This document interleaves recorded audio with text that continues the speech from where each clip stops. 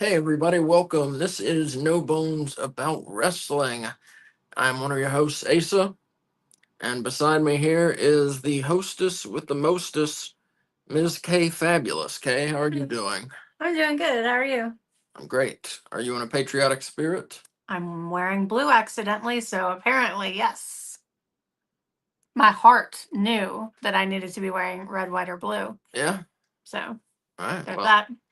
it's Are you in a patriotic spirit? yes.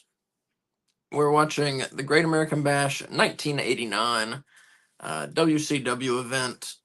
It's going to be a good time. I believe the show actually might have been in July, but when I picked it, I thought it was in June. I was going to ask why it wasn't in July. Never mind. Um, well, many of the Great American Bash events were in June. I see. Just this particular one. No, there's several in July, but several in June also. So I see. I picked a blind, and I think this one was in July, but we're watching it anyway. Yeah. So deal with it. Yay. Because in July we'll be Don't- watching some of the Bash at the Beach and Beach Blast pay-per-views. Can we watch the promos for them? We can try. Isn't that the one with the boat? That is the one with the boat through the infamous boat of orphans that gets exploded. Yeah. Big tag team match at Beach Blast 93. Sting and Davey Boy Smith versus Big Van Vader and Sid Vicious. And it involves a little person, some orphans getting exploded, a shirtless beach volleyball game, and what doesn't it involve really is the better question. Good question. Good question. Well, it's a good match and a better build up even. So if you haven't done this with us before, we usually wait until the hour. So at 7, Asa will count down from 5, and then he'll say, press play. That's when you press play. Correct. So go to Peacock. What do they need to search to get there quickly? I don't know what you got to do to. You just pulled it up. It was on your recommended for you. 89? Yeah. Oh, I don't know. Type in Great American Bash, I guess. I would maybe just type in American. I bet it would pop up. Don't listen to her. Type in Great American Bash and then go. It'll say seasons, and you want to go down. I'm not sure what number, but it's season 2. Is that correct? Yeah, there's one episode per season. It started in 1988. This is 1989. Okay. Season 2. 1989. I believe that's because this is the second. This was not the second Great American Bash. I believe it was the second one on pay-per-view, though. But yeah, so in a couple minutes we'll start. We'll let some more people get in the room though, in the stream. And here is what we have ahead of us tonight. And Switch is going to join us, and K Fabulous will be back any second. Here's what we got going on tonight. World Heavyweight Champion, the Nature Boy Ric Flair, defends against Terry Funk, accompanied by Gary Hart. We've got a War Games match. Dr. Death Steve Williams teams up with the original Midnight Express. That's beautiful Bobby Eaton and Stan Lane. And the Road Warriors, Animal and Hawk. And that team is accompanied by Jim Cornette and Paul Ellering. And they are taking on the fabulous Freebirds, multiple time tag champs, and that's Jimmy Garvin, Michael P.S. Hayes, and Bam Bam Terry Gordy. And the Freebirds team up with the Samoan SWAT team, perhaps better known as the Head Shrinkers in WWF, Samu and Fatu. And that team is accompanied by Paul E. Dangerously, better known as Paul Heyman. We have United States champion Lex Luger defending his belt against Ricky the Dragon Steamboat. Should be a good one.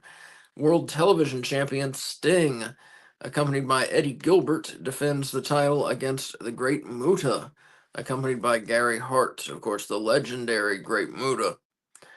We have a Texas Tornado tag team match, meaning all 4 members are legal at once. We have the Steiner brothers, Rick and Scott, accompanied by Missy Hyatt. They're taking on the Varsity Club, and that's the team of Kevin Sullivan and Mike Rotunda. Mike Rotunda, better known as IRS in the WWF, and of course he is Bray Wyatt's father. And one of my favorites. And one of Kay's favorites. We have a tuxedo street fight. Paul E. Dangerously versus Jim Cornette. Should be a good one. We have another tag team match, the Dynamic Dudes, which is Shane Douglas and Johnny Ace. And Johnny Ace, I believe, is John Laurinaitis, who is involved in this, big alleged sex scandal with Vince McMahon. Oh yeah.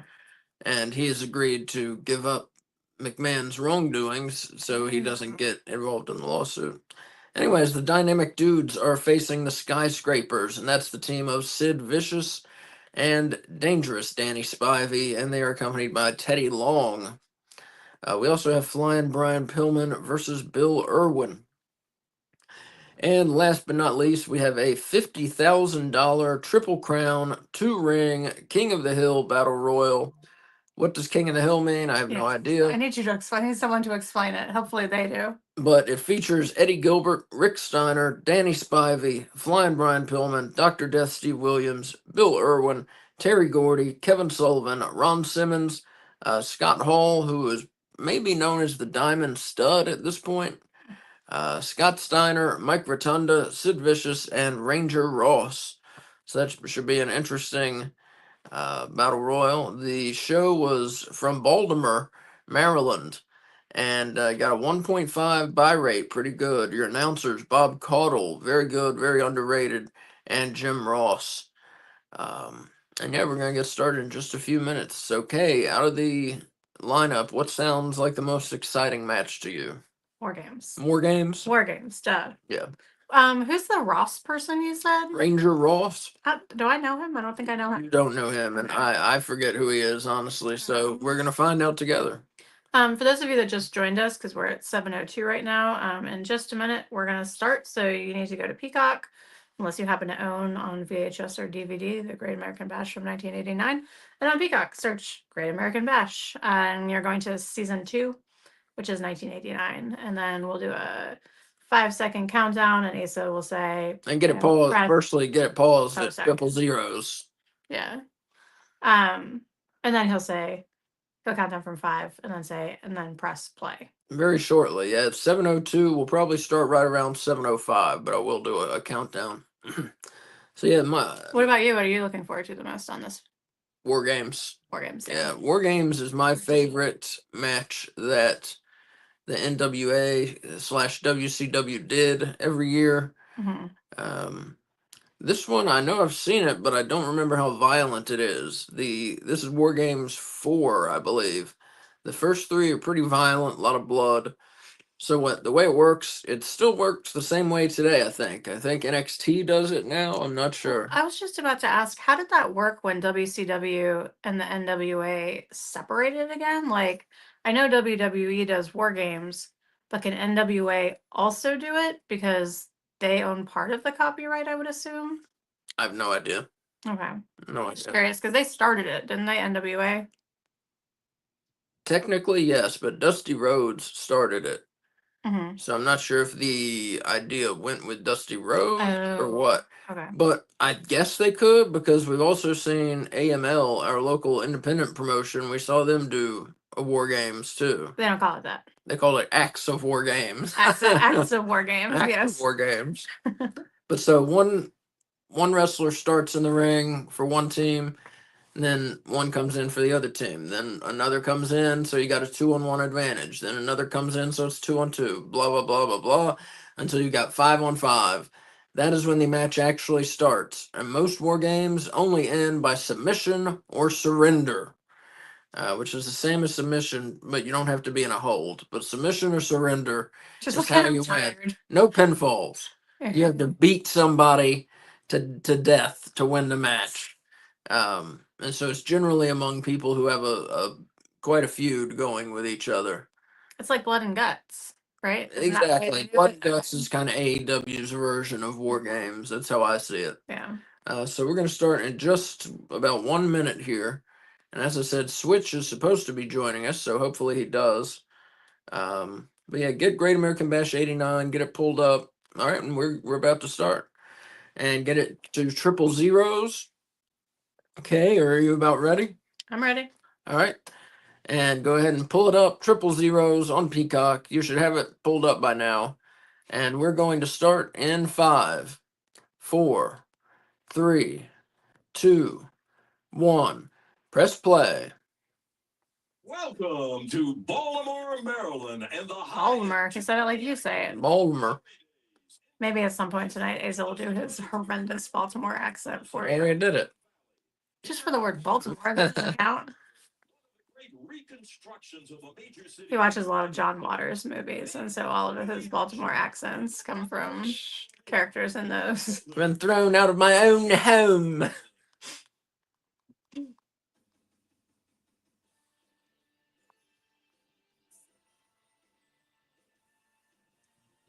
See, we got some nice WCW action going on tonight. Should be a good time. Some nice 1989 graphics going on. Oh yeah, and rock music. Is this rock music? How are you Rock. right now? Rock and electric guitar. The Glory Days. I didn't know there was a subtitle. Great American Bash 89, The Glory Days. There's the 2 rings for the Battle Royal. And the 2 rings, of course, War Games employs 2 rings as well. The cage, steel cage comes down over the whole, over both rings. That is what I'm trying to say.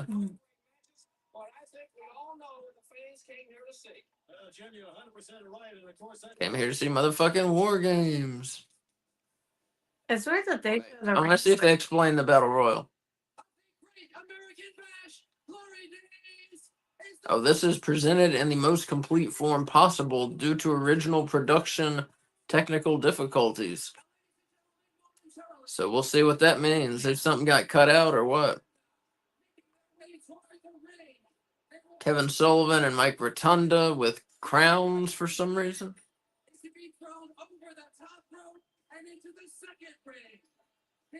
I would say Triple Crown Battle Royal, whatever the fuck that means. But everyone has crowns. That's more than 3 crowns. Yes. Wait.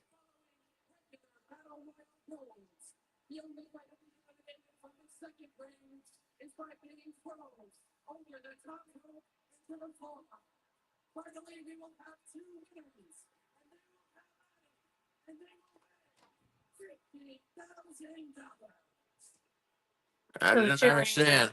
Well, there's one Battle Royal which I think has different rules, and then there's a second Battle Royal which is traditional over-the-top rope elimination.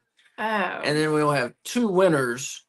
Did it say they split $50,000? Is that what they said? I thought they fight for $50,000. I'm confused. I don't know what's happening. Here we go. We're in ring 1 though. With I don't know about. The lights went out. Maybe.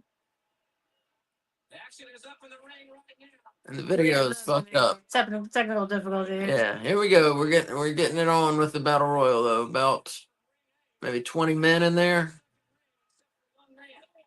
More like 15 maybe. I count 13. Wait.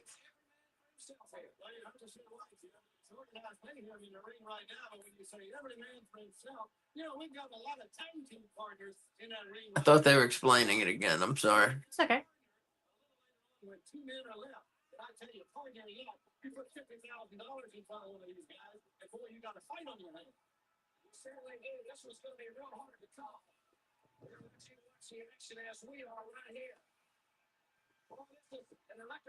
I think the last 2 wrestlers do compete for the $50,000. That's the way they're making it sound now.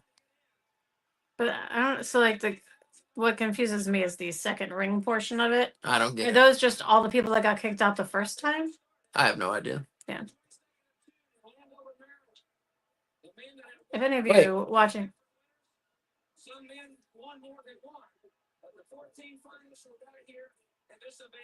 They're talking about the tournament to get into. Oh, okay. Sorry, I keep thinking they're explaining it. We'll just enjoy it and see what the fuck happens. My guess of 13, there are 14 entrants. Is that just what's left, or is that the original how many number? People got into it from the tournaments. They had to be an entrant. And there goes, nope. Hey, Switch saying, hey fam, I'll be there in a few. Awesome. Yeah, and Switch will have to catch up like everyone else who gets off on the time. Mhm. But I will do announcements throughout the night. Like right now, we are at 5 minutes and 5 seconds in. Yeah, and if you Wait. ever Wait.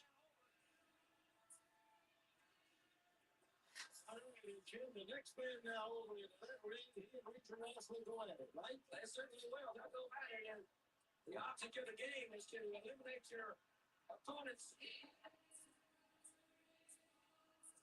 So now Ron Simmons and Ranger Ross will compete in the second ring. If either man throws the other over the top rope to the floor, then that man will be eliminated. Okay, so it's one ring. You throw them over. Well, you throw them into ring 2, it's unclear. and then ring 2, you definitely have to throw them to the floor over the top Mhm. rope, though. Correct, yeah. And then we will have 2 winners, I believe, competing for the $50,000. Yes. I say 2 winners. It will come down to 2 wrestlers competing for the $50,000. One from ring 1 and one from ring 2. Oh, was that right? I don't know. This is overly complicated, but whatever. We'll see. I'm pretty sure that's what they said. The 2 black guys got thrown into ring 2 first. It's like an 80s horror movie, yeah? Are there only 2 black guys in this? I believe so. I mean, this is 1989. It's still, it's not commonplace to see black wrestlers, really, Oh. Not nearly like it is today Mhm. when it's so common. We don't really even talk about race of wrestlers, Mhm. But that's Ron Simmons and who would become world champion in 3 years, WCW world champion 3 years after this. First black world champion, in fact. And Ranger Ross is a smaller guy in there.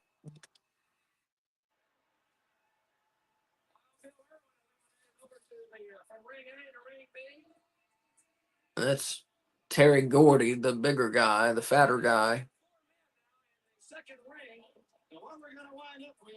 Whoa. More production problems. Maybe they should stop trying to do those fancy fadeaways or swipe away, whatever it's called.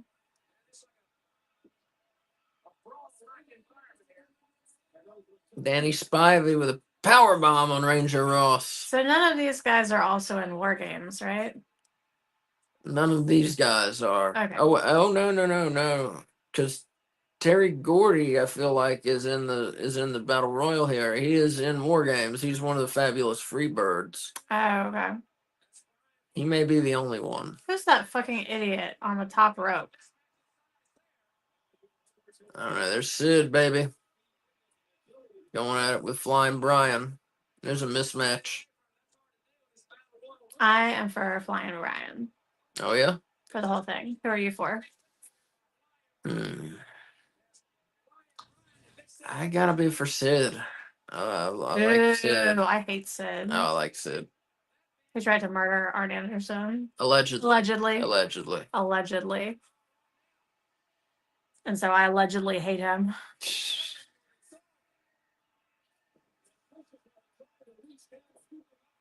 I mean, he stabbed him like 42 He times. stabbed him allegedly many times. But I to don't be think fair, stabbed we him don't was really know allegedly. what happened. What, you think Arn Anderson stabbed himself 42 times? I'm just saying we don't know what led to it, Nothing is. We know allegedly what led to it. Yeah. But we don't really know what happened. We know no one went to jail. Correct. Shocking. Wait, was that Steve Williams? Steve Williams is in the yellow trunks. Yeah. So he's in War Games. Yeah. Correct, yeah. Did I impress you with my Steve Williams identification? A little. He has a very unique body. So who we down to? We got Sid, Danny Spivey, Mike Rotunda, and Dr. Death left in there. And that looks like it. Because we had a bit of this battle royal edited out by the technical, yeah. Oh wait, so Sid threw out Pillman? I guess I missed it. And then Pillman somehow immediately got thrown out of the other ring?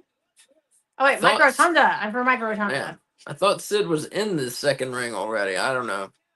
No, Sid is right there. He's back in ring 1 though, so Yeah. Sid can just chill out. I mean, oh, there goes Rotunda. Rotunda. So we got Spivey, Sid, and Dr. Death, and Sid can just wait and see who wins ring 2. That's what he's I supposed think to that's be what he's doing. supposed to do. Yeah. Yes, let's see. I see now.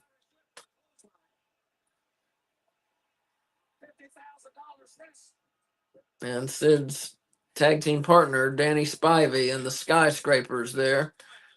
Formidable tag team. Really weird mullet. Yeah. It's like a shaggy mullet. I guess he'll be right back. He's letting our dog in.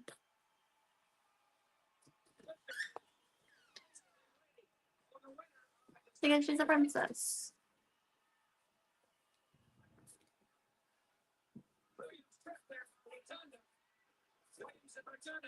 Dr. Death Steve Williams, one of Jim Ross's favorites. Oh yeah. Probably Jim Ross's favorite.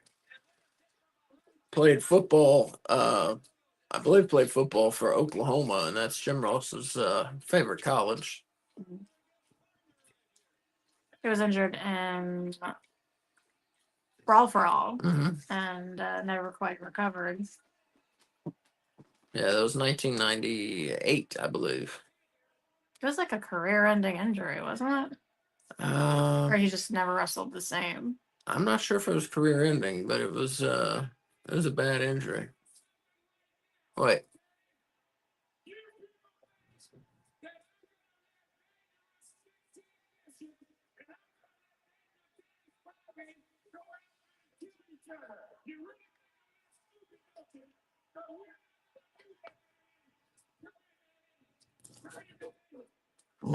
Maybe they have an option?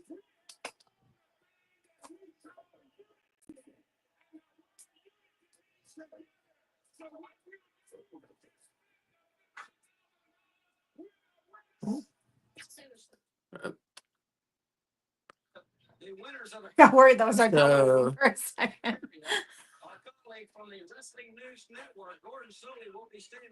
So I guess they split it. They proclaimed themselves co-winners. Yeah.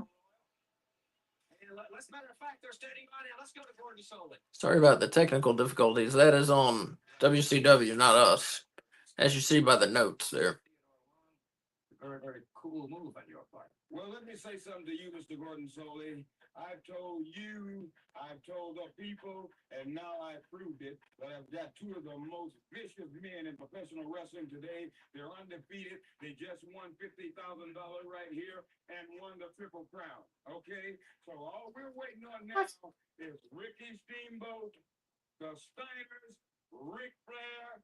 Bring them on. Why does he have that crappy, like, dollar store crown when all of them carried fancy crowns out to the ring?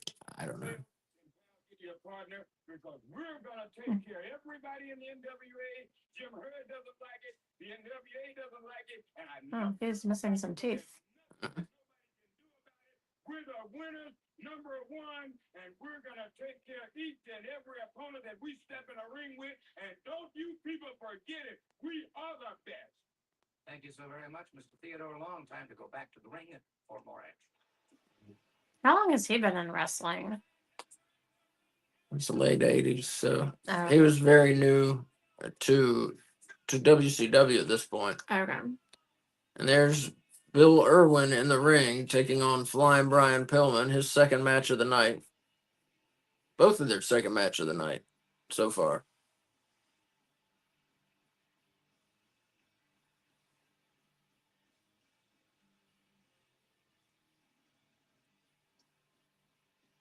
Flying Brian, very popular at this point for WCW, NWA, whatever you want to call them. Teddy Long was referring to them as NWA, but I'm fairly certain 1988 is when Ted Turner bought them and changed it to WCW. So the cameramen have shirts that say NWA on the back of them. Well,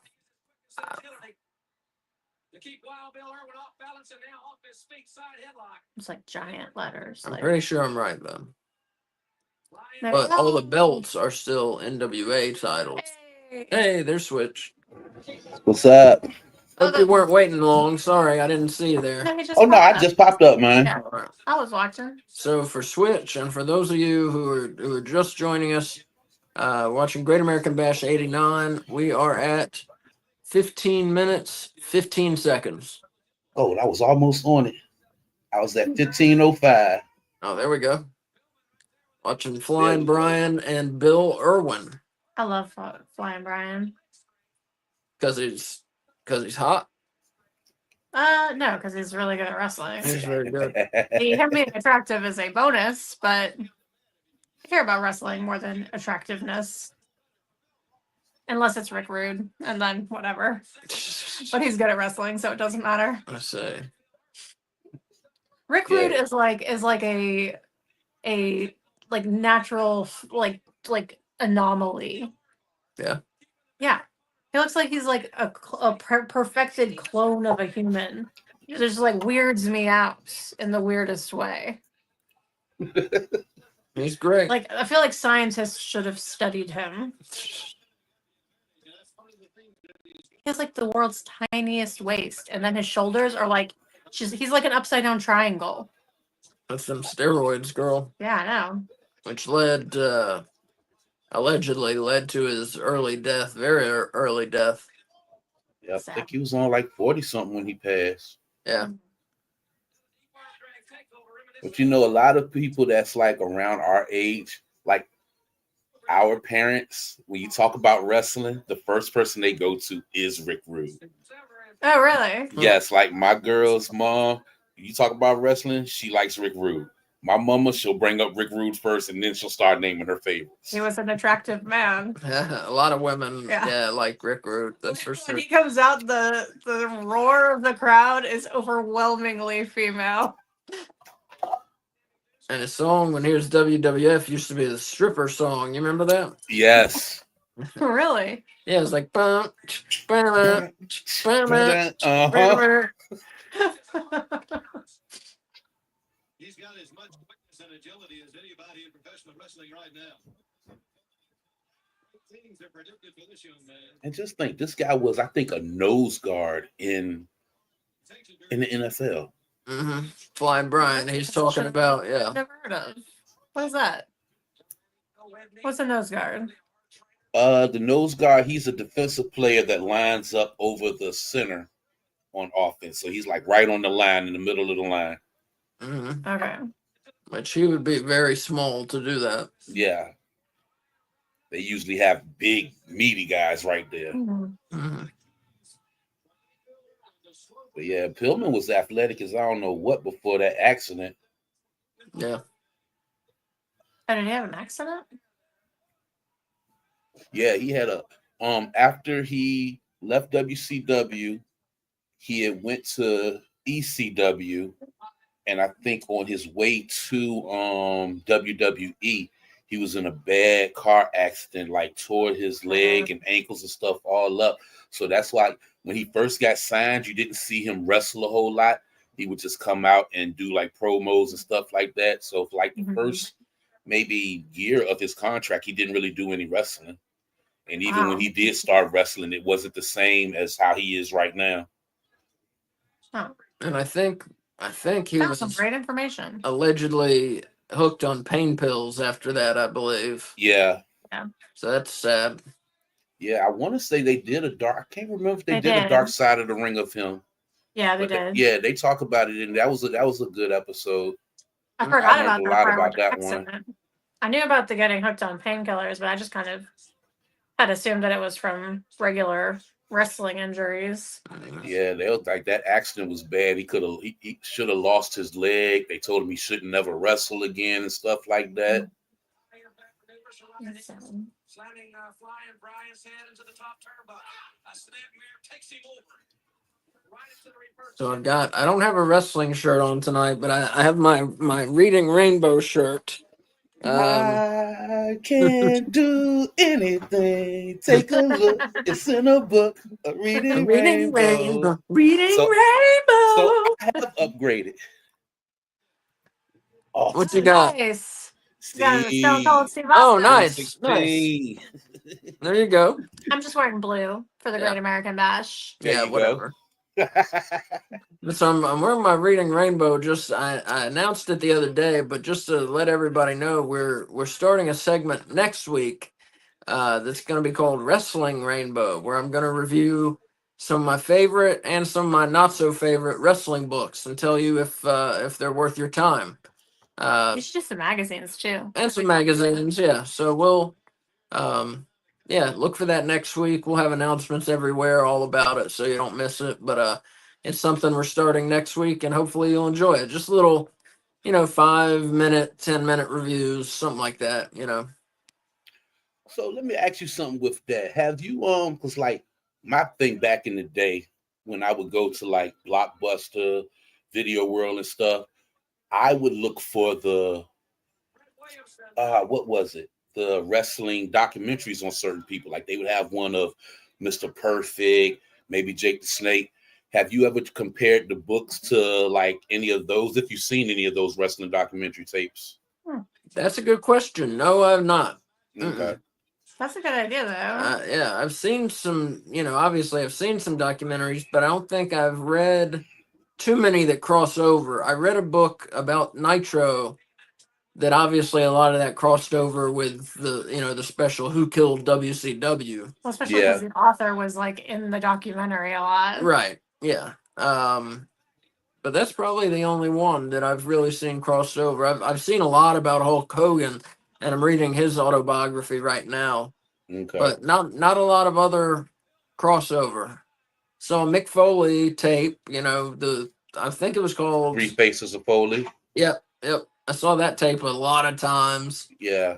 And of course, I read Foley is Good, and I read Have a Nice Day. So we're going to be reviewing those books. Have a Nice Day Sweet. might be the first one I do, just because that was the first big wrestling book. And I was about to say a lot of people will probably resonate with that because I even read that one. Oh, yeah. Great book. Mm-hmm. What was the book that you had me start to read? Have a Nice Day. No. Yes. Let me finish one thing. But the whole beginning of it is about the territories and like the history of the territories. And it was like before I even really started watching old wrestling. Oh, I don't remember. Yeah. It was a weird thing to have me read.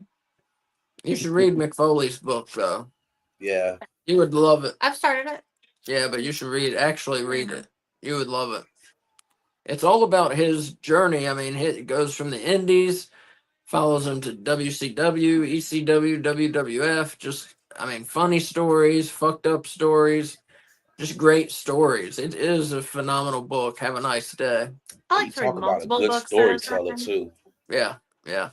I like to hop and flitter from book to book. With this book, Like I have like you won't want to. It's that good. I have like 100 pages left in Fellowship of the Rings. Fellowship of the Ring. Sorry, singular. And I just started that Rise of the Governor book from The Walking Dead. And I have all those reference books that I've been reading. That's too many books at once. Nah, I like it. Yeah, that's too many. Because then it depends on my mood. I'm not always in the mood for one particular thing. That dude that wrote that Nitro book, I think Guy Evans, he's coming out with a sequel to that genre. I heard about that. Yeah. Beyond Nitro, I think. Mm-hmm. That's cool. Yeah, I'm gonna definitely check that out because that Nitro book is awesome. One of the best. Yeah. And the sequel, I know, is only gonna be $10 on like whatever it is, iTunes or Audible or something, like not Audible. The ebook is gonna be $10. Is what I'm trying to say. There's an The AEW. hardback's gonna be like $20. So There's an AEW book coming out also. What? Do you remember me showing that to you? that's cool. Yeah, I remember you mentioning it. Yeah, it's like up for pre-sale right now. I found out about it on the AEW website. Oh, I wonder who Brian wrote Bryan looking to go from one ring to the other here. And he does. That's that. Excellent. The Flying Crossbody. When finishers were simple. Mm-hmm.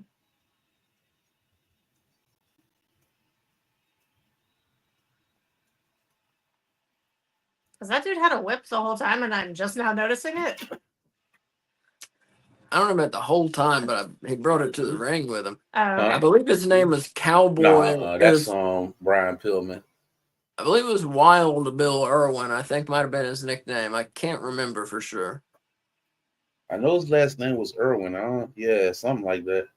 Not related to Steve Irwin, I take it. No, not that I know of. No, I went to school with the James Irwin. I wonder if they're related. James I'm Irwin. sure they are. Is he from Florida? Shut up. am not concerned with winning this match. That's the point I've been trying to tell everybody. I don't care if I win. I'm here for one reason. I'm going to take Jim Cornette out. O-U-T out. You see, in 1986, I was a photographer, and I saw Jimmy Cornette fall off a scaffold. He was just born great, huh? Yes. Mm-hmm.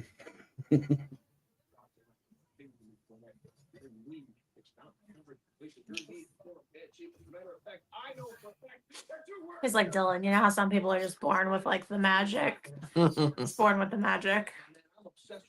I hit Dylan up a couple days ago just to check on him. Oh, Yeah, yeah? you doing all right? Yeah, he doing all right. Yeah, I gotta talk to him. I hadn't talked to him in a couple weeks, except on the internet, being like, "Hey, how are you doing?" You know. Mm-hmm. I sent him a photo of Asa wearing an Italian paper mustache that we pulled off of our pizza box. But that was the extent of my recent interactions with him. Dylan Boy is a character. Mm-hmm. He is a character. He needs to be doing something Mhm. social media nonstop. That's his niche, and I don't think he realizes his calling yet.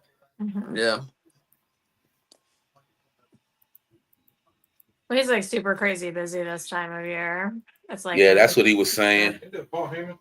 Yeah, that was Paul. Paul Heyman. Well, in here he's Paulie Dangerously. My bad, y'all. I'm talking to my brother-in-law over here too. It's fun. So here we got the Dynamic Dudes. Oh man, that is. I know it's 1989, but they look like an injection of 1992 to me. Yeah. So that kid ain't gonna catch that shit. Oh, he caught it. John Laurinaitis. He's got a Laurinaitis. Ghostbusters 2 shirt. Nuh-uh. Yes. Yeah. Yes, that was a Ghostbuster shirt. Ghostbusters 2. Uh-huh.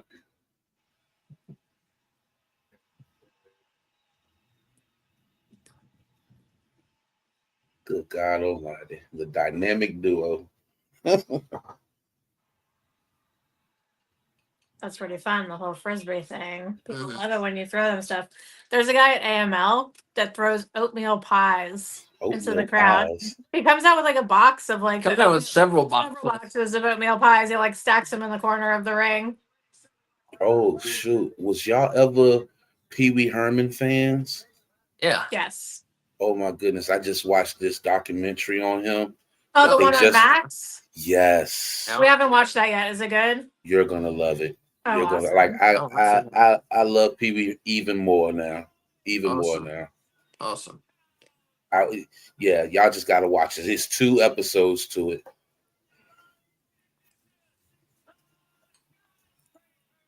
I wasn't allowed to watch him growing up because my mom thought his laugh was annoying. So I wasn't allowed to watch it. Same thing with Woody Woodpecker. But Asa introduced me to the Christmas special, and now it's like one of my favorite things at Christmas is like when it's Pee Wee time. Oh no, Pee Wee's Big Adventure with the bike, classic, Great movie. all-time favorite. A lot of people didn't like Big Top Pee Wee, but I liked Big Top Pee Wee. The circus one, Yeah, I like that one. the Yeah, skyscrapers. You see that? Some guy reached out and Try to take Slap. the crown. he slapped Danny Spivey on the chest, and Danny Spivey went after the guy I did not see in that. the crowd. Yeah. Yeah, Dan Spivey is not somebody you want to mess with. No. Skyscrapers. Look at Big Sid. And the guy in the crowd was just shocked. Mm-mm. That's just Dan shocking. Spivey. So, for those of you just joining us, we're watching Great American Bash 1989. And we are at 29 minutes and 55 seconds in. Dynamic Dudes versus the Skyscrapers. It's really, we're not talking about the fact that Sid Vicious is wearing assless chaps. Hey, you leave Big Sid alone. I'm anti-Sid. And Dan Spivey, the inspiration to the Bray Wyatt character. Wait, He what? played. Didn't Dan Spivey play Waylon Mercy in WWF? Oh shit, did he? Yeah, he did. That's where Bray Wyatt Oh got his wow. character from. Yeah, I did not know that. Yeah, Dan Spivey played Waylon Mercy. He used to have Wow. on the little flower shirts in the bayou. Yeah. And that's what Bray Wyatt patented his Bray Wyatt his character from in the Huh. beginning. Wow, they have like a whole chant going on over there. What is that about? I don't know. Like hand motions with it and shit? Look at Teddy Long. Oh, I think they're maybe talking to Teddy. Maybe what? I think they were chanting at Teddy. Oh, maybe. Yeah, now they're heckling him. So I don't know. I don't see the Dynamic Dudes getting a win here. Do you want to try this tea? I took the milk from your cinnamon toast crunch cereal leftovers and poured it into the tea.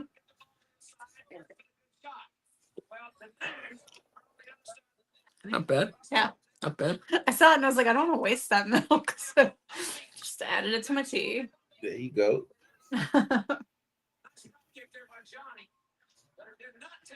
Dangerous Dan Spivey off his feet. The former Southeast Conference defensive end. Man, I heard so many crazy stories about John Laurinaitis. High school football. And ain't he Animal's brother? Yes. Yeah. Who's brother? Oh, from Johnny Ace in the ring there is Road Warrior Animal's brother, I gotcha. who I think his name was Joe Laurinaitis, I think. Yeah. And that's John Laurinaitis. So he's the one that was with Vince. Yeah, was doing like threesomes on that girl and all that shit with Vince McMahon, and yeah, allegedly. Mm-hmm. That's gonna be our word of the day. Yeah. Like Pee Wee, you gotta scream. Allegedly. Linda C saying reposted this stream. Thank you, Linda. Miss Linda. Linda got me the earrings that I'm wearing. A little bookshelf with books on it. And Aw. glitter. I love them.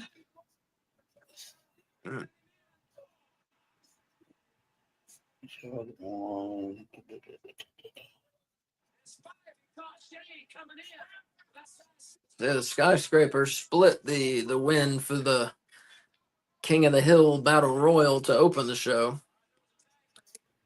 Oh, when you kept talking about King of the Hill, I thought you were talking about War Games.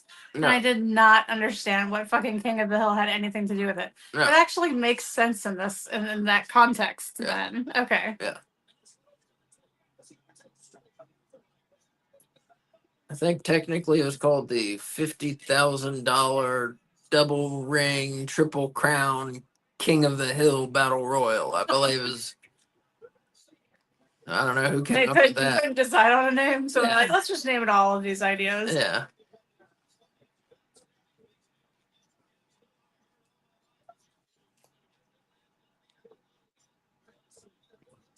Oh, There's more salad if you are so hungry.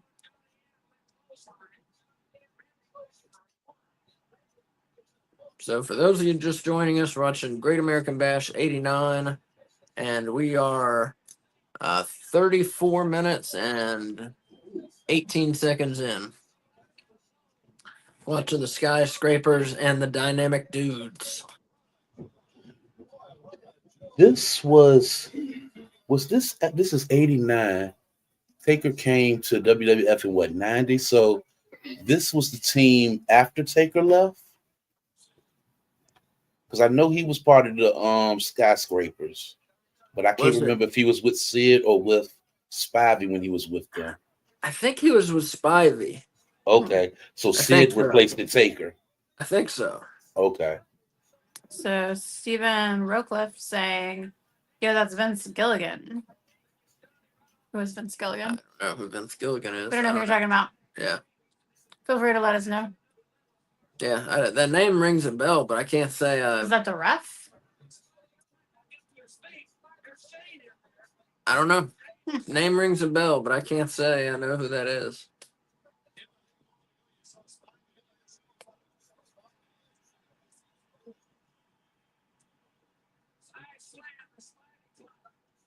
There's Zach Galligan, who played Billy in Gremlins 1 and 2.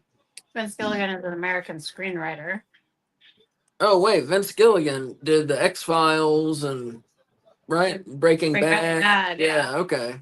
So he was maybe in the crowd or something. Maybe. I don't know. Yeah. Okay. I knew the name sounded familiar. Yeah. The ropes look And I kind knew of it didn't loose. sound familiar, so I thought maybe it's not wrestling. You see, I see Gilligan. There's only one thing I think about when I see Gilligan. Yeah. Yeah, that was what I thought too. I couldn't get him out of my head. Yeah. Well, there's only one thing I think about when I hear Vince, and so that's where I was wrong. Oh. It is strange that like Vince isn't a very common name, but you have Vince Russo and Vince McMahon having like major impacts in the industry, And Vince Mhm. McMahon Sr. and Vince McMahon Sr.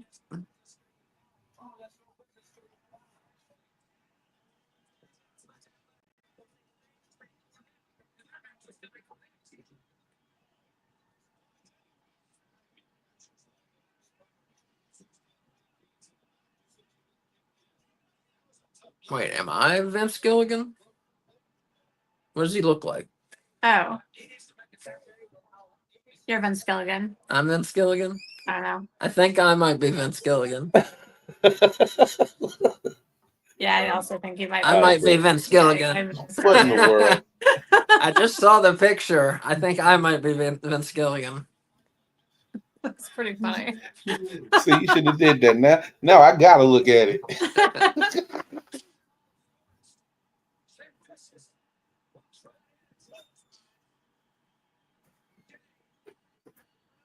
Oh damn! I don't. I think that might be me. He's laughing. Yeah. Yeah, it's you.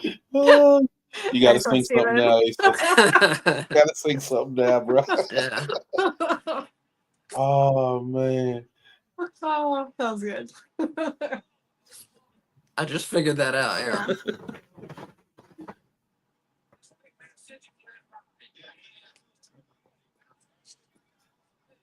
Okay, you don't care for Sid? No. He allegedly tried to murder Arn Anderson by stabbing him 42 times Okay, with yeah, a I do pair of remember that. scissors. I do And I remember love that. Arn Anderson, so no, not a Sid fan. See, my thing Okay. about the story is we don't really know what happened. What could have possibly happened to justify stabbing another human being 42 times? Maybe he said something about his mama. That is not an excuse. You never This is know. always his defense. What if they said something about their mama? Like, no, that doesn't mean you get to stab someone 42 times. I don't know. Depends what he said. No, Linda, you're lovely, but he should not think it's okay to stab someone 42 times if they say something bad about you. Nobody better say something bad about my mama. You got to remember though. I think Sid was just a big guy. Remember, he did play softball. Yeah. And Softball. Arn is kind of a badass, so you don't want to go into that fight without something in your hand. Yeah. But yeah, I'd have heard that story several times. But Mhm. yeah, Well, the one of the strangest parts of the story was Sid was supposed to. That happened in October, November '93, and Sid was supposed to win the world title from Vader at Vader. Starrcade '93. Yep. And they had already even filmed. WCW would film their TV like months in advance, and they had already filmed stuff with Sid as world champion. So they had to go back and film all these segments over and replace it with Ric Flair as the world champion instead of Sid. They probably could have just pulled. And all Sid of never it. won the world title in at least not that run through WCW. That's what you get. So Steven Chambers saying, "What's up, you guys?" What's up? Eric Tate saying, "There's no wrestling this weekend on TV." Well, this weekend, if you're looking Sure. for something to do, if you count Friday as part of the weekend, it is Friday the 13th. We're doing a double feature watch along of Friday the 13th Part 3, which was originally released in 3D, and then Friday the 13th Part 8, where Jason takes Manhattan. Tomorrow night, 6:55. Yeah, so you can always join us. Make sure it'll be the three of us again, and make sure you have it on VHS or DVD or Blu-ray or whatever. Or You get it need, too. you need an unedited copy, or buy it on Yeah. YouTube or whatever, or one of the many places you can buy it digitally. But you need to have an unedited copy, or else the times will get messed up. And well, Skyscrapers just won. Not a great match there. No. Not much of anything going on. Don't nobody care about the dynamic duos. Yeah.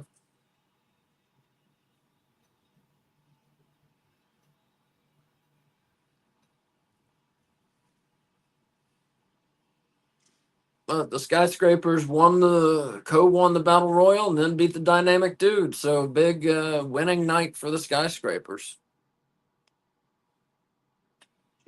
Stephen Chambers, if it hadn't been for Vader sticking his fingers in Sid's knife wounds to stop the bleeding, Sid wouldn't be alive.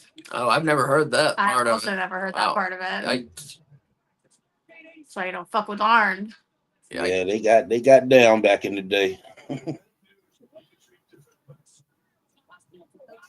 You should go as Jim Cornette to WrestleCade. Yeah. Style and profiling.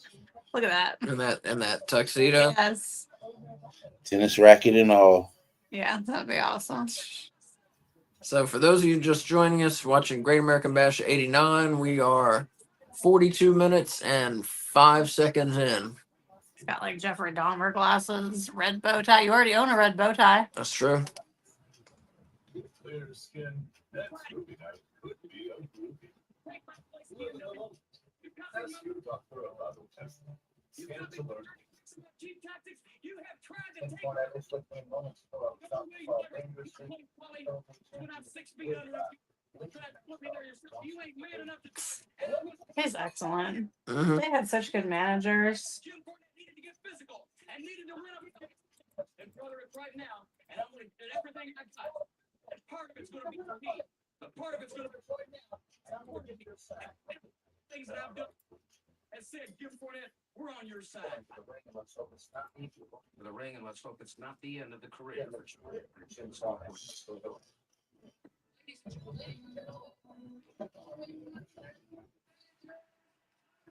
Yep, here comes the tuxedo match.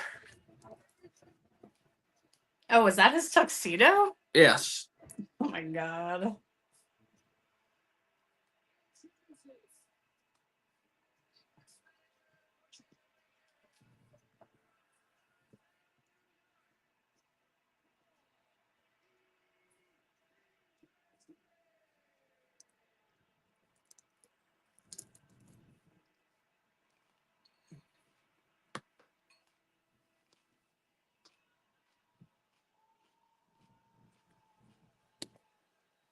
Paul E. Dangerously and Jim Cornette getting it on in a tuxedo match here. Gosh, look at young Paul. People power, yikes. Cornette, great manager and great mind, but his takes bashing AEW, yikes. I totally agree. I don't listen to him now. Yeah, I don't agree with him on AEW, but he is really entertaining, that's for sure. Heyman with the hair. Yeah. That guy had a sign that said NWA is number one, WWF stinks, and they edited out the WWF part. They blurred it out. Wait, is it because it said WWF or because it said WWF? Do you get me? I get you. It's because it said, I guess because it said, but it wasn't the logo though. But they blur it out when people say it even. So it's probably because it Sometimes. said WWF. Blur it Yeah, out when people sometimes, say but it. not always. Yeah, So they sometimes. don't cover their mouths? No. I mean, they edit it out. Oh. They edit it out. I feel like they like blur their mouth.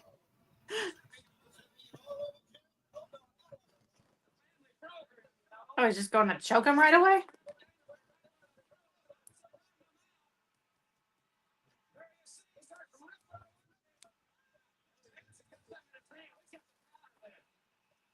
Eric Tate, I love WCW in 1989. Definitely. Oh, I missed whatever that was. Was that chalk? Something. Talcum powder? I don't know.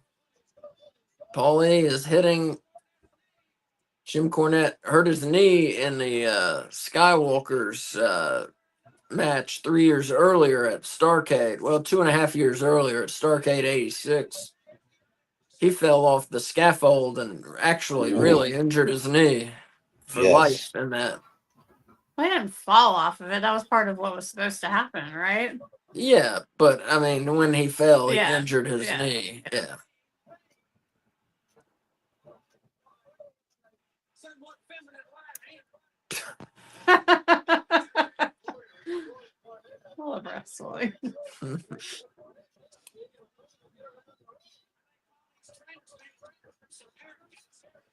Stephen Chambers.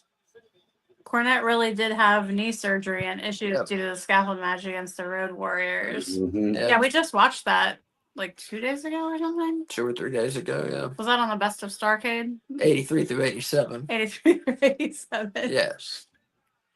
The Night of the Skywalkers. We got that on VHS. hmm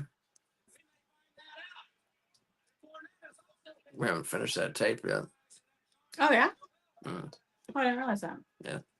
I guess Made we me just. turn it off. I did not. Yes, you did. I did not. I did the first time, but not the second time. You chose it.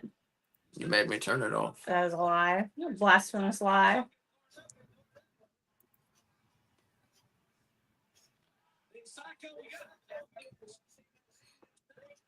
Because we had just started the second tape, and you're like, "This is a good place to stop."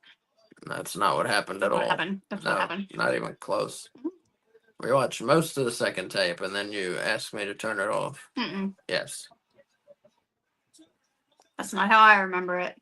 But I have a terrible memory, so he's probably right. That's exactly what happened. That's exactly what it was. Even Stephen Rowcliffe, I hope I'm saying that right, saying crazy watching old school wrestling when I grew up watching 2009 WWE. Big difference, yeah, Yeah. big difference. I prefer it, but yeah, to each their own, you know. I like the older stuff. I mean, this is not the match to display. We have some matches. Yeah, we have some matches later in the night that are going to be very good. Yeah. Uh, I'm excited for the Funk Flair match. yeah, Funk Flair, Steamboat versus Luger, Sting versus Great Muta, War Games. We got some good matches that's coming up on Oh, I this. forgot about Steamboat versus Luger. Mhm. So Stephen Chambers, worst WCW time when Cowboy Bill Watts took over by banning wrestlers jumping off on the top rope and hitting wrestlers in the ring posts. Yep. And And I think you couldn't throw him over the top rope either. right, Yeah. that became a disqualification, and he took away the mats from ringside. Because he thought it made the wrestlers look weak. Yes. So instead, they all got horrific long-term leg problems. Yes. Yes, just think about it. Cactus was still doing that elbow off of the ring apron to that hard ass floor. Mm-hmm. And he pushed his own son as a wrestler. Is that the same guy? Say what? That's the Mhm. same guy. Oh, who Bill pushed Watts. his son, Yes, pushed his son Eric Watts. yeah. Did Yeah, I impress you with my memory? a little. I got one. Got one for today. Yeah, pushed his son Eric Watts, who was not terrible, but he wasn't good. And then Eric, how come GMB? Great American Bash. Oh, sorry, yeah. Does not have the PLE event on the main roster, just NXT. They take all of the good pay-per-view names and they just give them to NXT. Mm-hmm. It seemed like a lot because this was a Dusty creation, I think. And it seems like they leave a lot of Dusty creations in NXT because Dusty really worked mostly with the NXT brand of WWE. Oh, really? That's a Yeah. good call. Yeah, that's a I good didn't So call. know that I he was could still be wrong, alive. but that's just my way of thinking about that jump. Stephen Chambers saying didn't take him long though to change the rules. Getting backlash. But getting backlash from his weird rules. I gotcha. Well, Great American Bash, the first couple years was like a tour, a little like mini tour that they would go on. That's cool. And then later became a one night pay-per-view.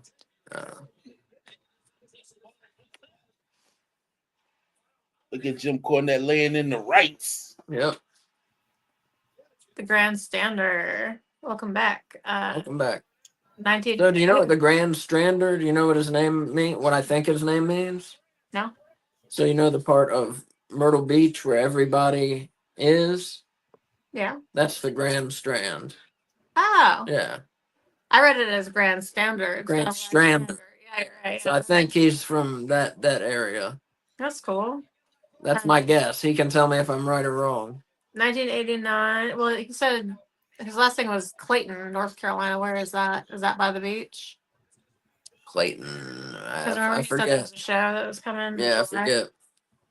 1989. That was the year that Buzz Sawyer and Dick Murdoch took 12 cases of, I don't know what that is. Meisterbrow. Meisterbrow from the bar at the El Grande Loco Motor Lodge after a show and stashed them in Gordon Soley's room at times. He's got some good good old stories for us. Sure I does. like it. Yeah. Yeah. Oh, Jim Cornette won, apparently. Asa missed your wasn't a 8-ball bad story match. last time. Yeah, that was a good He story. saw it after the show was over. So sorry we didn't talk about that. That was cool. Yeah, he said Johnny Weaver and somebody else, Moondog Spot, and somebody did an 8-ball together, and I forget the rest of the story. Yeah. Feel free to share it again. Yeah, because we didn't talk about it. Now Jim Cornette won, and that, thank God, that's over. Now on to some wrestling. Yeah.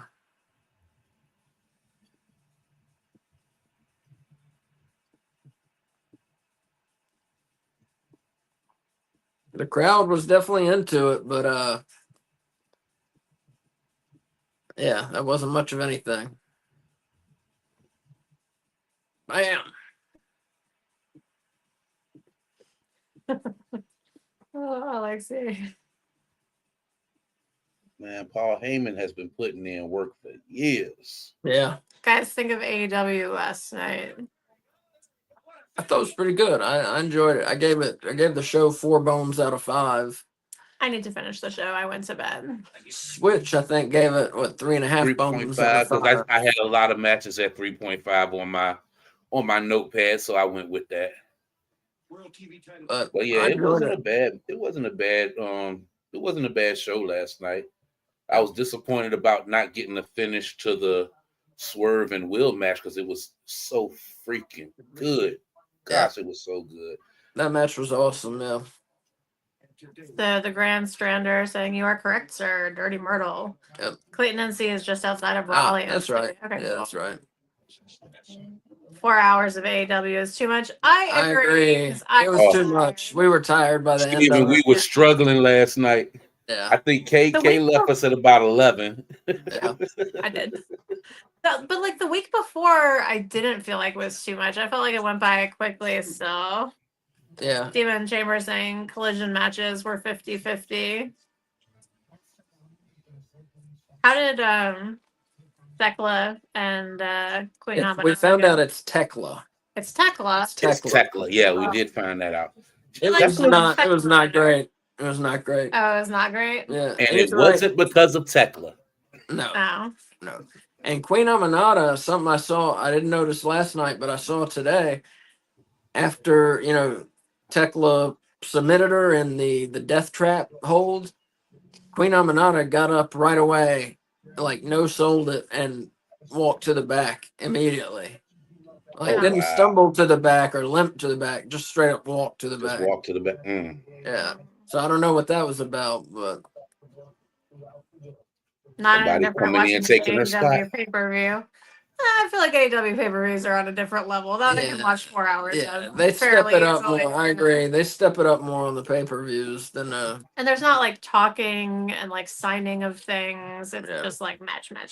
well, the build up, the angle build up was the angles build ups, I should say, were good last night, building And up I to think all that's in. what they was focusing on. They was focusing on for building up for All In and for that Mexican show that they have next week. Oh, yeah, did they announce more matches? They They did. I did. forgot what they They were. crammed them in at the end. It's Yeah. going to be a 10-man match, a 12-man tag match. Shoot, it was Zeuxis. Mercedes might win another belt. She's going against whoever the women's CML champion is. So I'm like, I can't see her losing a match before All In. So she might be getting another belt. But it's a total, I think, of 5 matches for next week that we got right now. Mm-hmm. That's awesome. So I'm looking forward to that. Hopefully, we'll get at least one more match on there. I didn't realize Missy Hyatt was with the Steiners. Mm-hmm. I recognized her versus all other valets because she in the face looks like Miley Cyrus, kind of. And that's how I remember who she is. I can see that. So this should be a good one here. The Steiners versus the Varsity Club. Mike Rotunda and Kevin Sullivan.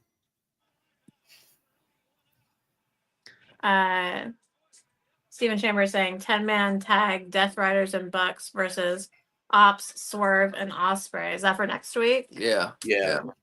That's exciting. 10-man tag. I don't know if I've seen a 10-man tag. We have. They've done them before in AEW. Okay. But it's crazy because they're doing that and then they're doing a 12-man tag the same night. Oh, really? They just wanted everyone to be on the show that wanted to be on the show. Seems I like guess. Yeah.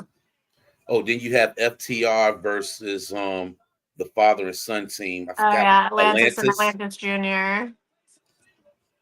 I think I was still awake when they made that one, or at least when they made it obvious that's where they were headed. Mm-hmm. Hopefully that's good. Atlantis wasn't moving the best last night. No, he really wasn't. No. So. But that's why it's going to be a tag match. Yeah, hopefully he's still got something in him. This probably was close to Scott Steiner's debut because Rick was with the Varsity Club at one point. Oh, good point. Good call. So this could be like a recent breakup from them. I think Rick's stint with the Varsity Club was after this. Actually, I think so. Oh, okay. I think it was a couple years after this. Well, they did with his brother. No, he was with them before Scott came in.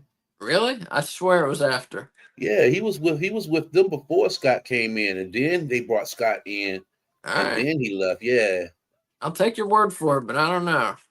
Sounds like you're not taking his word. I'm not taking his word for it. Yeah. He made it sound good, Kate. He made it sound good. I'm not going to argue anymore, is what I meant. Yeah. Look, unless it's AEW Weekly, he's not arguing, y'all. Yeah, that's true.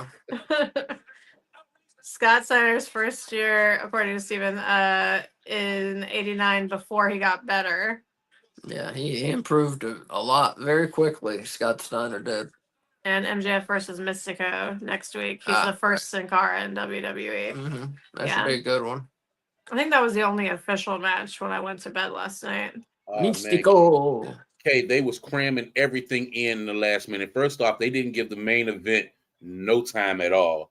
And then as soon as the match was over, it was an 8-man tag on the Don Callis family versus, I think, Paragon and Daniel Garcia. Yeah, that dude.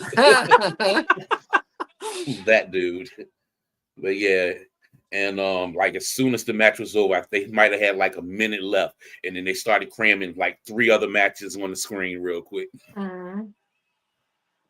Mercedes versus CML champion also. Yeah.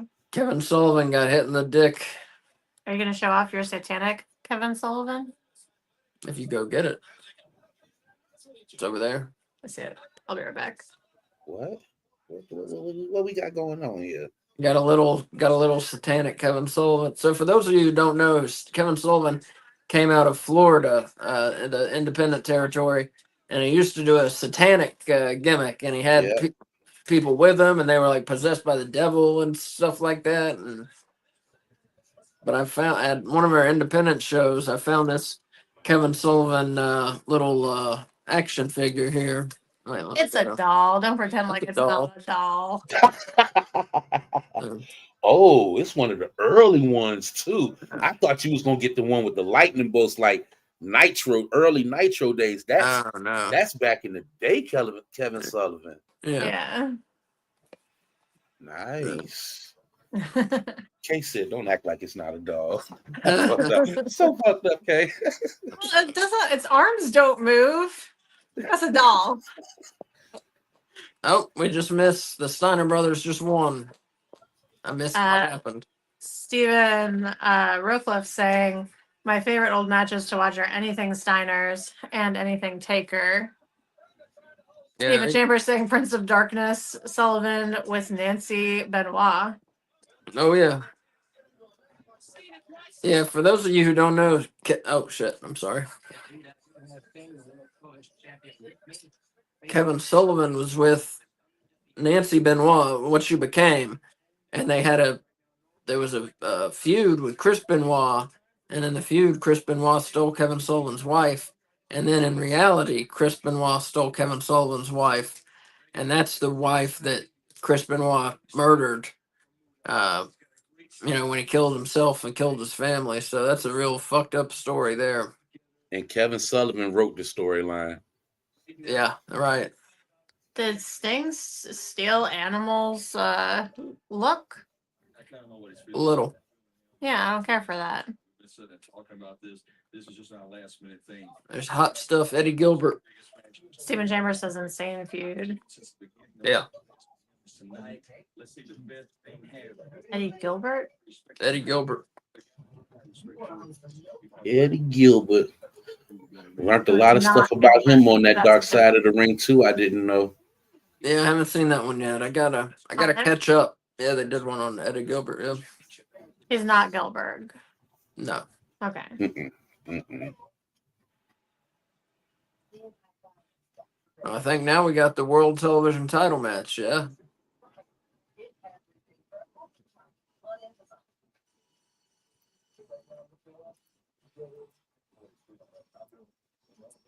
Yes, we do. Is that a Great Muta? Yep. Yeah. Steven saying that the Eddie Gilbert episode was a good episode. Yeah, we'll have to check it out. We're behind, way behind. Yeah. The last one I saw from last season was Ludwig Borga, I think. I gotta catch you got a couple episodes. You're good to go. You got good stuff to watch. Last one I saw was the first one.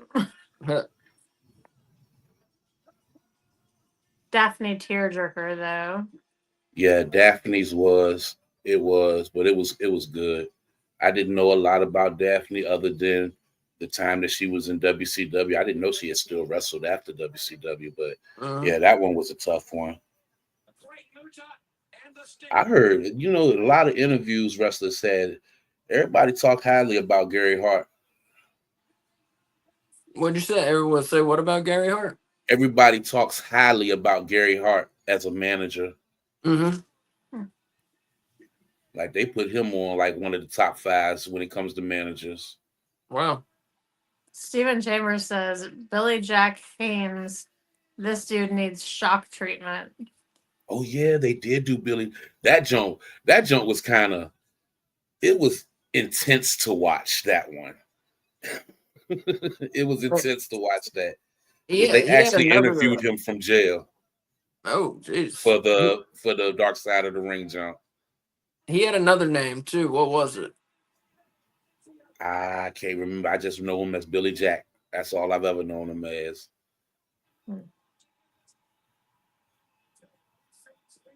How have you liked the show so far, Kay? It's been good. Nothing's really stood out. I missed a lot of that tag match because there were just so many comments. Tag match was good. Yeah. Well, now we got the TV title, the U.S. title, the world title, and War Games. I love Muta. Huh? I love Muta. Yeah. So things should things should pick up now. I Mm. thought I enjoyed the Battle Royal, and Steiner's and the Varsity Club was good. I thought He was Black Blood Under the Mask, managed by Harley Race. maybe that's it, because I was just reading the other day. Oh, that is what I was thinking of. Yep. Because we watched something. Oh wow. Or we're gonna watch something with Black Blood. I think we did. On Yeah. the Starcade? No, I think it was the Great American Bash we watched. Or no, we haven't watched one yet, have we? It was one I was looking to watch. Oh, Yes. gotcha. Yes, that's what it was. Yeah, good call. But yeah, Black Blood, that's what it was. Yeah, I was gonna say I've never seen Black Blood. I've seen Young Blood. But You thinking of Jay Youngblood? Yeah. There we go. There's Muda. yeah, in that tag match. These two already doing their thing. Yes, Lord.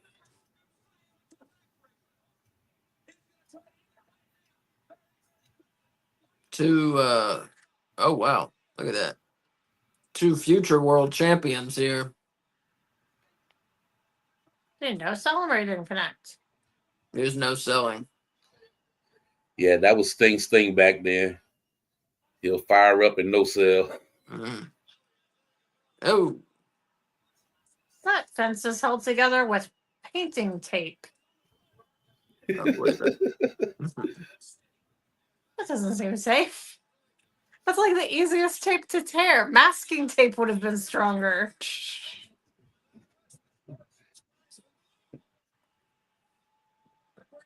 I love the rail look compared to what we got today. That big barricade.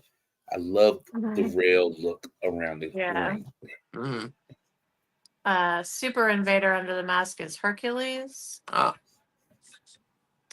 It's always interesting to find out who the people were under the mask. Mm-hmm.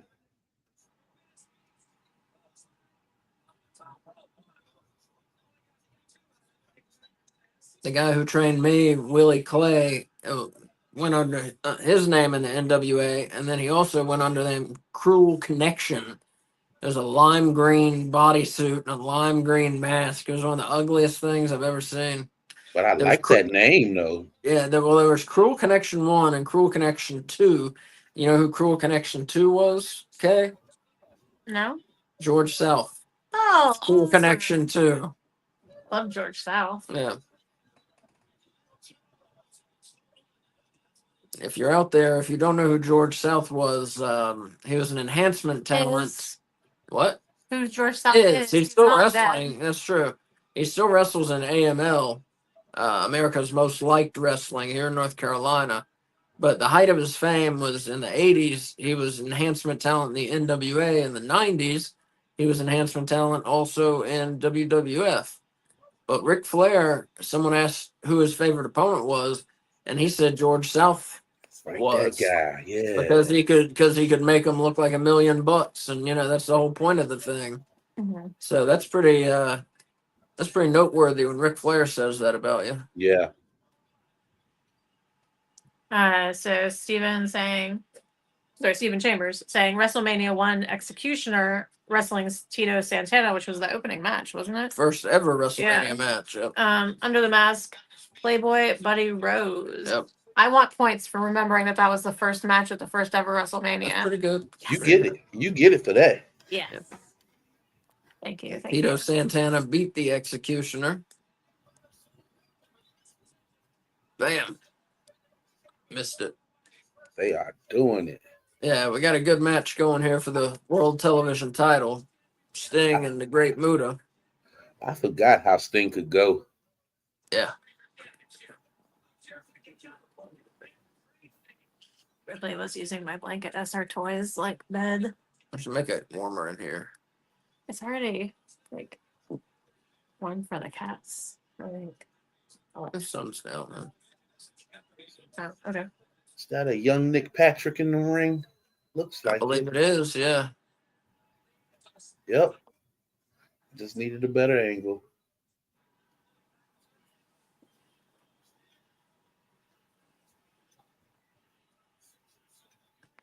I think he looks like that guy from the Righteous Gemstones. What's his name? Danny McBride.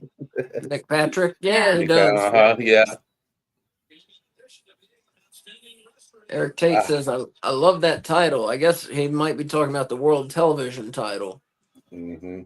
It was a great title, had a good look to it, the belt, and they would do 10 or 15-minute time limits. So, a lot of times you see the wrestlers really give it their all trying to win it before the time limit, especially in the 90s. They really would play up the shorter time limit. I was just Stevens- talking about this hold. There's no reason this hold can't be brought back. Yeah. Nobody does this. Mm-hmm. If you're a heel, you need to have somebody should have this in their arsenal. Mm-hmm. Grab that rope. Razor used to do it lovely. Oh, yeah. We were watching wrestling. It must have been yesterday. Does Dax Harwood do it? Well, someone was like, had someone in what looked like a modified abdominal stretch, but then he was using his fist against the ribs, and it was Yeah. like so awesome. Oh, I don't Grinding remember it seeing in. that. Okay. I think it was in the Osprey match. Okay. I could be wrong, but I was like, what is he doing at Osprey's ribs? Hmm. That Okay, I sounds like remember some that. swerve shit. Yeah. I don't remember seeing that. But that's cool. So Watch out, Stan. Nick Patrick's father, the original assassin. Word? That's I good. don't know that. Steven's got a lot Yeah, of good it's- trivia tonight. does. Always does. Always does. How come the old WWF never had a TV title? It's a good question. For a long time, they kind of wanted their belts to stay important, if that makes sense. So they didn't have, 3 or 4, or 5 singles titles like WCW had at one point. They just Nope. stuck, for many years, they just stuck with World, Intercontinental, Tag Team, sometimes women's, sometimes a light heavyweight, but mostly World, Intercontinental, Tag. So Stephen Chambers saying technically IC title is their TV title. Right. And then they eventually ended up with the World, Tag Team, Intercontinental, European, Hardcore, light heavyweight, the women's. They ended up with too many belts in the 90s. I thought. No, it just occurred to me, is Great Muta a bad guy? Yes. Yeah. He's so cool. Yeah. He was mostly always a heel in NWA, WCW. Huh. And that's crazy because I always thought that the IC was kind of like the US belt. Yeah, that's what I was going to say, too. I thought That's so. what I always kind of put in the equivalent. That's what I was going to say, too. So.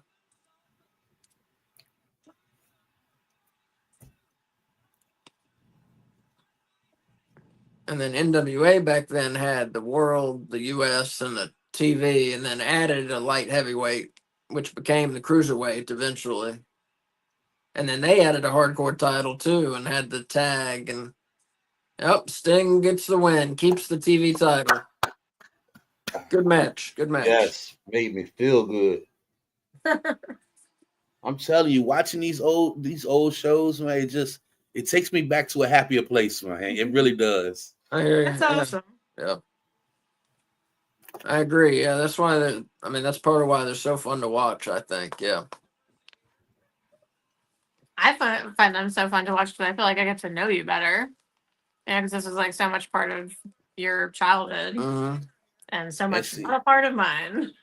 And see, what's crazy about this is because, like, at this time, I was really heavy into WWF. So, like, WCW pay-per-views, I wasn't really watching. So, like, I don't know none of the winners on this match, on this card. That's awesome. None of the winners. That's cool. That's when they're fun too. Yeah. 'Cause So- I remember when I took a break from wrestling. Then when I came back, I started binge watching a lot of the old WCW pay-per-views. But that's when I was in like 10th grade. So that's like the last time I really watched WCW pay-per-views. I got to start taping these with my phone again. I'm afraid WCW might go away whenever their contract with Peacock is over, whenever WWE's contract is over. So I was setting up my smartphone and recording some of the WCW shows that way because I don't know how else I'm gonna record them now. We got a VCR. I could record them if I had tapes. I have a screen recorder on my computer. We can go on Peacock I was just and I about can to say record you the whole can't screen thing on the record. screen recorder. I told you. Okay, This. well let's do it. I want to get the damn pay-per-views on. The I'm gonna only get them thing that I recorded. would do, if you do that is get a external hard drive Yeah. Yeah. and send it to that junk. But yeah, screen record these junks. hmm hmm Be I have nice all if you the could Hell in find the Habits. VHSs of these. Yeah. Yeah. Well, I have a War Games VHS and a Best of Starcade 83 through 87, and then I have the whole tape of Starcade 88. But that's it for WCW VHS. That's all I have. I used to have more and sold them like an idiot. I was like, yeah, this Bruh, VHS I is did going the away. same. I I sold had all my such a tapes. collection, Yeah, me such a too. collection, and I'm so mad. I had DVDs, tapes, and then when my son was born and I moved out my parents' house, I was like, "Hey, got to start getting this money for this boy. We got to get us a spot."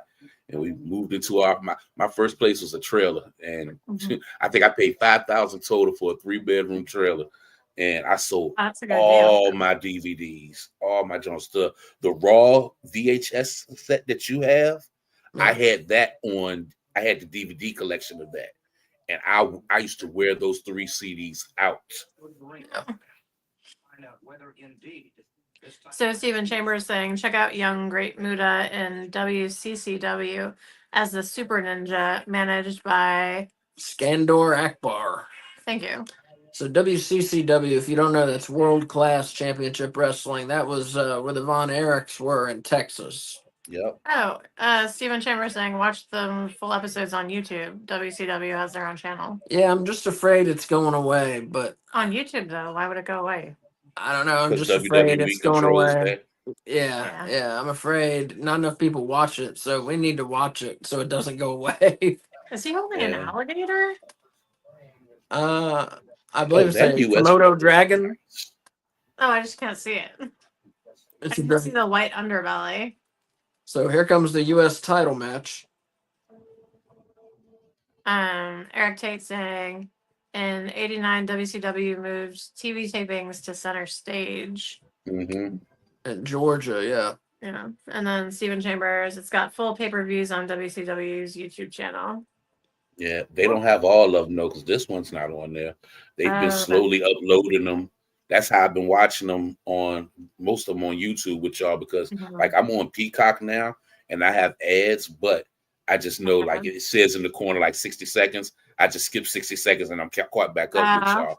But There on you the go. YouTube one, I have no ads, but they do have them free on there, but they just don't have all of them up there. The Komodo dragon has a tiny little leather vest on with little Yes, he spiky does. studs on Yes, the it back. does. They carried Steamboat to the ring on a board. That doesn't seem safe for that dragon. No. And Either of the dragons. it's got a little vest Ricky on. looked like he was balancing for his life on that thing. Mhm.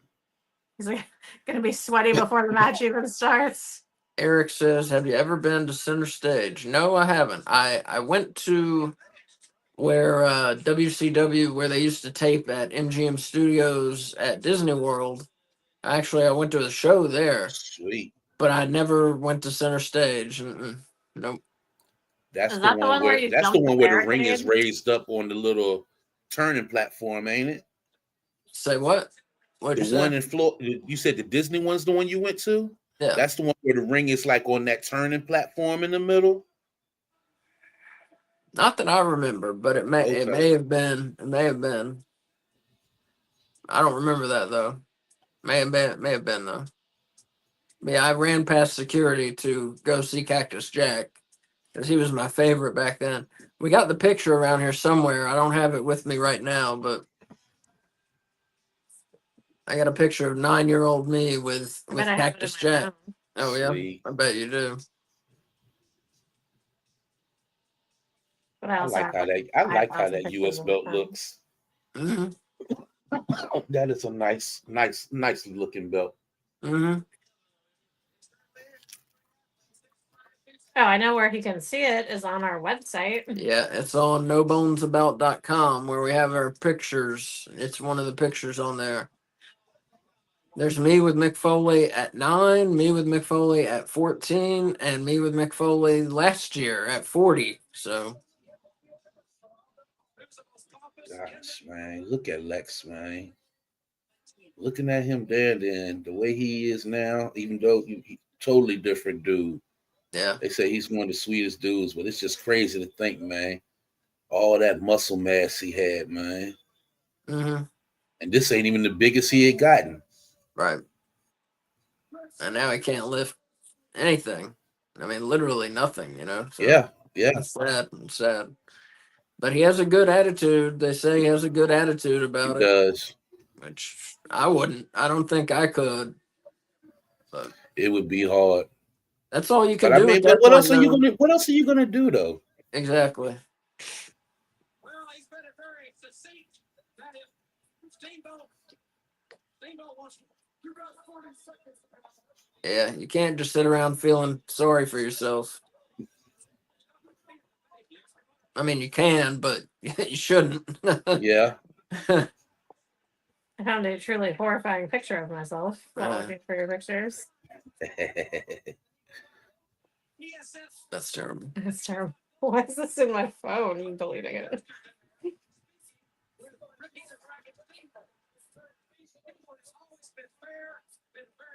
Eric says center stage looks small.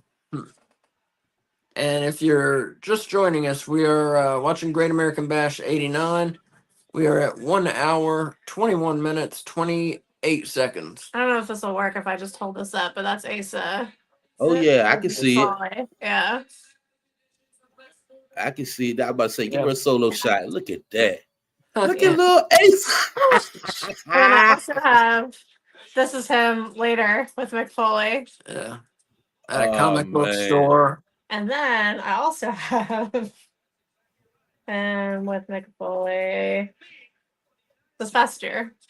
Look, he And gonna think you've been stalking him, man. No, dude, he had this notebook. Tell him about your notebook. I made a notebook when I was 14. I had a notebook with like not all of his matches, but every match I could find in it. Uh-huh. And it followed him his whole career. And he looked through it for a minute and he was pretty impressed by it. And I got him to sign it. I still have it somewhere. I got it over there actually. Yeah, I still have it. Boy, the interactions y'all didn't have, y'all have been blessed. Mm-hmm. Mm-hmm. That's why you should come Thanksgiving weekend. Mm-hmm. I'm so horrible, Kay. I would just be like certain people I would see, I would literally be starstruck. But I'm sure they're used to that. Some of the people, the one who I was starstruck for this year was Sting. It's like I didn't know what to say, you know? I mean, it was like he's like bigger than life, you know, seeing Sting. I was like that for all of them, just because like I'm already socially awkward with regular people, and Asa wasn't with me because he was in the forever long Sting line, and so all the people I went to go get my picture taken with, I had to go by myself, and it was like, they were so nice because I was like, I don't know what to say. Dennis Rodman was kind of weird to meet too. Mm. He was kind of weird to meet. He's a giant weirdo, so that kind of makes sense. Yeah, no, but I mean, in in a nice way. like a larger than life Yeah. way, yeah. It's like I felt that way just walking around the room and seeing some of the people. yeah. Like I'm telling you, I'm horrible. Like if I was to meet Shawn Michaels in person, it'd probably be like one of them Michael Jackson moments. I'd probably cry. Mhm. I would probably cry.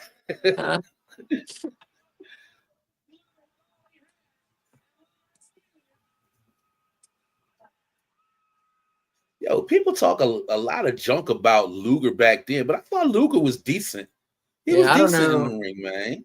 Yeah, I've heard a lot of negative about Lex Luger, and I don't get it. I think he's very good, and kept improving. I thought through his time in WWF. I got no problem with Lex Luger. He was one of my favorites back in the day too. Still is. I don't think the push was right, trying to make him like the next Hulk Hogan. Yeah. Like that one match where he was going for the belt, and I guess it ended up being a count out. and everybody came out to the ring and was raising him up like he really won the belt. Like, should have just gave him the belt then. Yeah, yep. SummerSlam '93. There you go. So Eric Tate saying center stage looks small. Steven saying it's a smaller arena center stage. Also, wow, I didn't know the Iconics are in TNA. Yep. I also did not know that. Just returned. And with center stage, it holds not even 1,000 seats. Wow, that is crazy small. Mhm. Very intimate venue.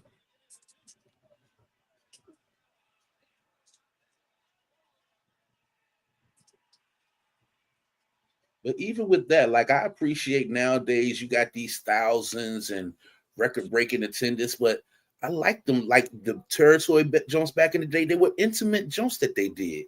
Even Mhm. like the WCCW arenas that they used to what was the name of that daggone arena that the Von Erichs used to fight at? I cannot remember the name of it, but it was small, hot, and funky, but them people showed out in there, and everybody was right there in it. I love it. Yeah, I can't remember the Sportatorium. There you There, go. there you go. There you go. Sportatorium. Yeah, the Sportatorium. And I think they tore that down. Mm-hmm. Oh, really? Yeah, I didn't know that. Sad. Stephen Chambers, what really killed Crockett era is Magnum TA motorcycle accident because they were going to push him to the moon. Mm-hmm. And then he also said Sportatorium. Yeah, the Crockett's. Yeah. Yeah, I gotta go back and watch some. I think I've only really seen a few of Magnum TA, but I need to watch some progression, like a couple of shows back to back and see how he was doing. But because I don't really have a recollection of him. I'll tell you one good one to watch. It's not going to show you his wrestling ability, but it's a great match though. Magnum TA versus Tully Blanchard. I Quit match. Starcade 85, I think it was. Okay. We just watched that this week. That is you got awesome. Tully in there. You know it's gonna be good. Awesome match. Great match. Tully Blanchard going to be at WrestleCade, just saying.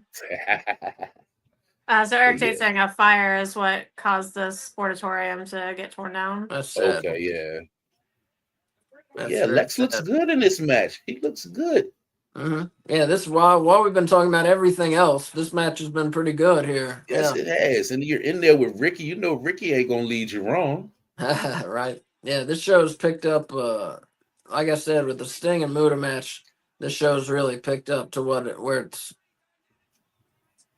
been going. You know. Mm-hmm. And after this, we got War Games and the World Title match, which both of those are going to take a little while, I think. Lex Luger looks like if you slapped his butt, it would hurt your hand and not his butt. Yeah. Can't say Lex got a strong butt. I say. He does. Look at it. It's got like angles to it. Butts aren't supposed to have angles.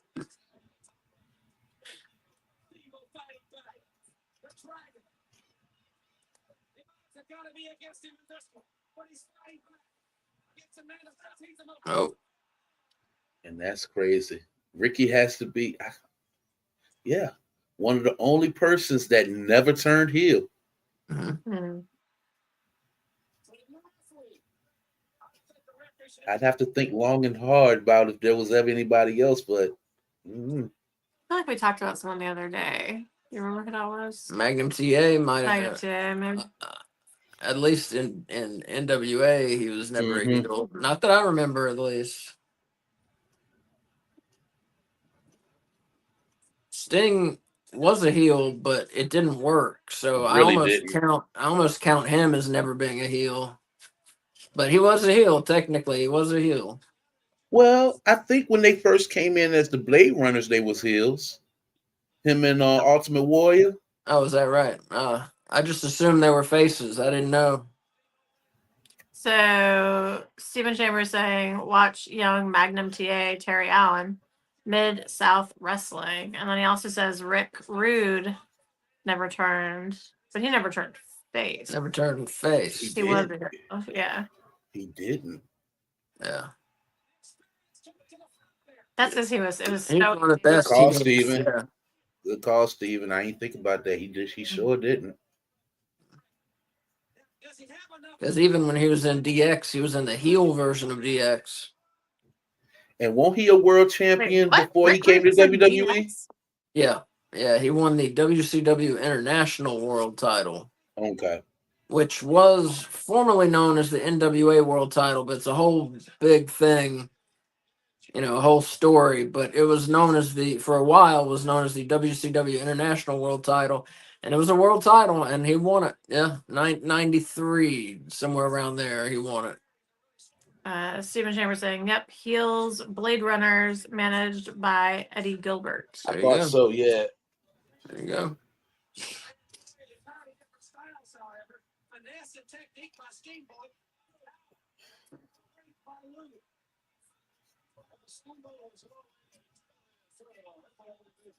was always very appreciative. Yeah, like I said, I just don't see it, man. All the complaining about Luger's in-ring work, Yeah. I don't see it. Darby Allin has always been a face, hasn't he? Yes, He's always been a face. at least in AEW. In AEW, for sure. So is Orange Cassidy. Orange Cassidy, yeah, there you go. Two guys that's MIA right now.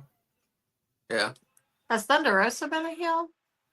I think so. Okay, I I think, haven't think watched. she has been. I didn't watch the beginning. Thunder Rosa. The U.S. champion might get slammed into a little humbleness. All right, let's see what he's got inside of him right now. Drop kick by Steamboat. Yeah, if people Beautiful haven't, drop kick. if people haven't, I would encourage you go back on Max. If they have some of those early, well, they do. I know they do. Go back and watch some of those early AEW shows. The Federation was very different back then, and it's worth watching and seeing how far it's come.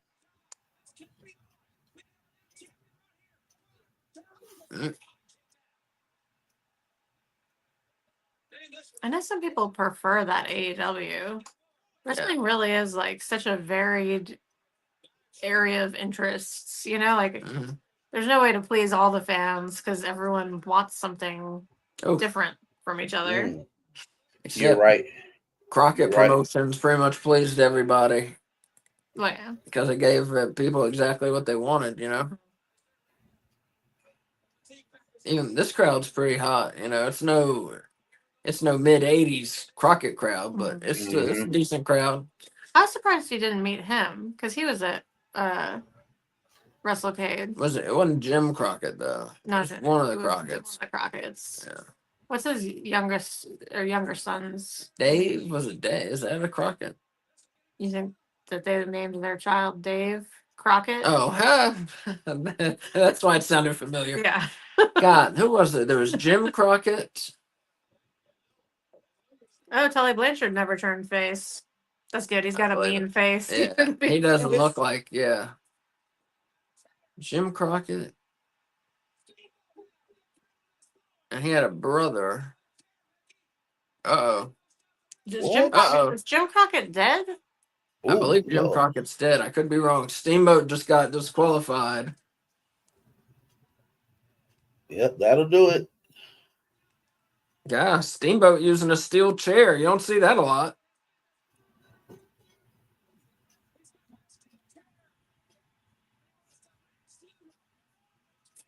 Give me your back. He's not but he's not a heel here. He's just his face beating up a He snapped. bad guy. He snapped, exactly. He had enough. Pushed him to his limit. Oh, that was a very good David match. Crockett was a commentator. I knew there was a fucking David. You said Dave. Yeah, but I knew there was a David in there somewhere.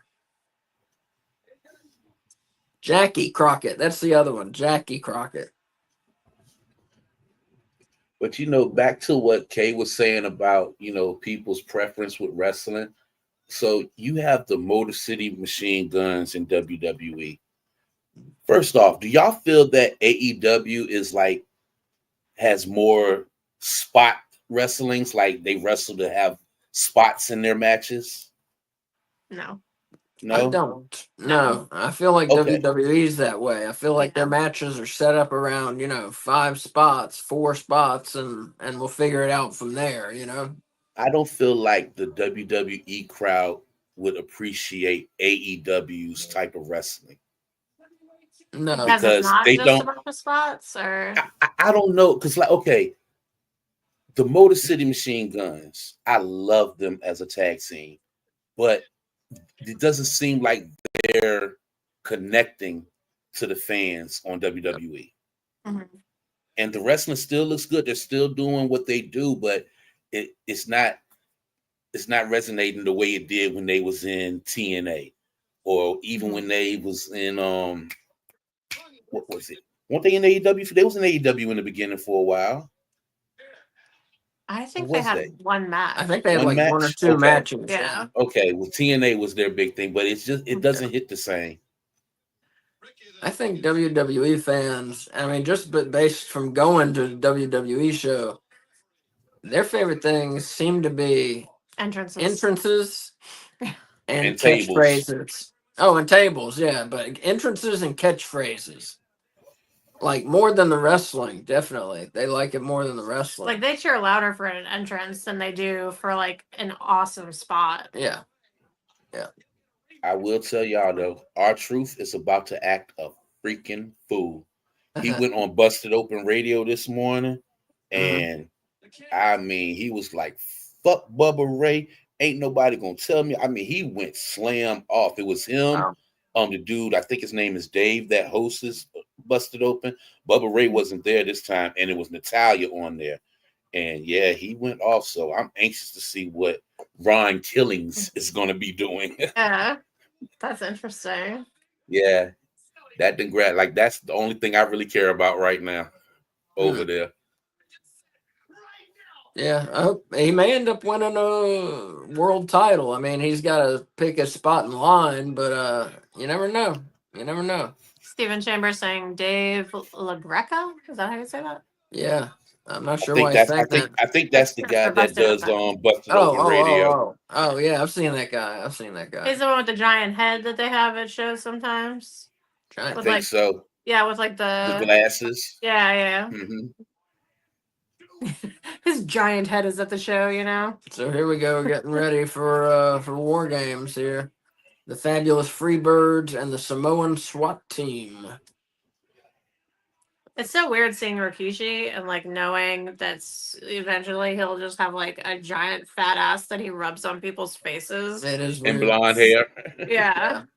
And dancing. Yeah. Weird gimmick. Watch SNME. Saturday night's main event. Oh, thank you. Cena versus Killings in Atlanta. I heard Wasn't about that. That was the last one that they just had, right? I think, yeah. Yeah. I watched it. It was alright. It was all right, but I don't want to see R-Truth versus Cena. I want to see Ron Killings versus Cena because the way Ron is right now, it's a meaner, vicious mode that he's in. It's nothing the way he was as R-Truth. Awesome. It's like he just switched it, and it's refreshing. Yeah, it's cool. At least they're doing something with him. Yeah, the fans demanded it. Do you think that was a work? No. No. Okay. No. I think they want us to think that. Yeah. Because that makes it look like they did this awesome planned thing instead of this we was our fucked up idea and the the whole fans pointed time. it out Yeah. and we fixed it. No. We had this planned out the whole time. Who's the guy on the right? The top. The right? Yeah. Michael P.S. Hayes. And he's okay. That's why he looks familiar. Mm. And that guy Was right he part there of in a the tag middle. team? The Freebirds. Okay, that's Yeah, what I that's thought. the three in I the never back. The realized that Freebirds. that's where he was. That's not the originals, but yeah. Oh, okay. Who were the But originals? The guy with who's that? That's Gavin on the end. He wasn't in the. I think it was Buddy something when they used to fight the Von Erichs. It was another guy now. It was Buddy something. Yeah, let me look it up.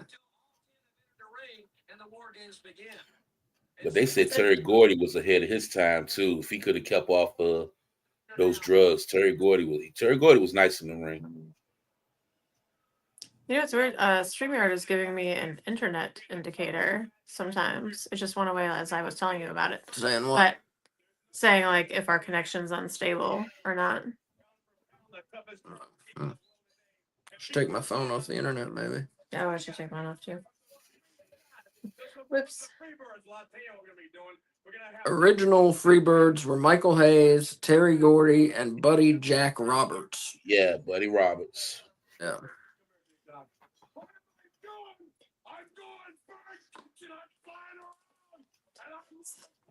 Oh shoot, the Midnight Express. Uh-huh. Rest in peace, Bobby Eaton. The Samoyans? Is that what he just said? That is what he said. So yeah, we got the Fabulous Freebirds and the Samoan SWAT team versus Dr. Death, the Midnight Express, and two others. Who have I forgotten? Say who you said again? Dr. Death, the Midnight Express. Oh, the fucking yeah, Road the Warriors Road right there. Warriors, yeah. And that's one thing all three of us strive for. As being the puppet. Steven saying worst Rikishi gimmick. The Sultan managed by Iron Sheik. Oh, and the Bob Backlund. The Sultan was a bad He one. had to shave all his head. I don't know. I didn't like the hip hop Rikishi. Yeah, I didn't like that. I didn't like that one. Nah. It didn't last long, but I didn't like that one either. Midnight Express! Dr. Death! The Road Warrior! Freebird Samoan! You ain't got a chance in hell to beat us! You know one thing that we all got coming, one time or another, you gotta jump on back from behind! But you didn't get the job done because we're all standing right here and today you're all gonna pay the warrior way! Kill him, Hawk. Tell them all. Stinking man on this planet is. Tell you, the way they did these promos, you know they had to hit a line or two before they did these promos. Yeah. The face paint was always just so. So y'all know the story about their haircuts? No. So the way that they're cut, they said the reason they cut them that way is to bind them. So if you used to take animals' haircut and Hawks and put it together, It makes like one head of hair. mhm. That's awesome. So they're doing the main event after War Games? Correct. Yeah. Huh. Yeah, I we think got two matches WCW made it left. a point to have their world title as the main That's the event. Yeah, that makes sense. Yeah, we got two matches left: War Games and the World Title match. Yep. And if you're just joining us recently, we are watching Great American Bash '89, and we're at 1 hour 42 minutes and 33 seconds. And that's on Peacock. And it's on Peacock. Yeah. While they're making their way to the ring, can I go get the overnight oats I made you and eat them? Sure. You give me a glass of milk. Yep. You're welcome to have some of the overnight oats if you want. Since I made them for you.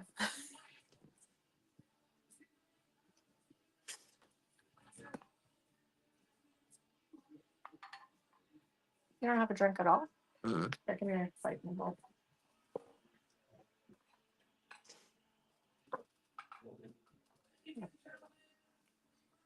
Leave it out and make it more salad. I do want to see what song they come out to. The song that just came out to? Okay, maybe not. Nah, the Freebirds. Bad Street, it was I called. always loved Bad Street.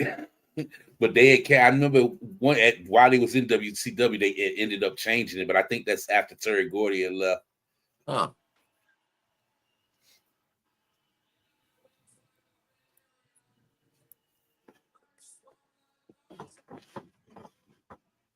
You want a full glass? Yeah.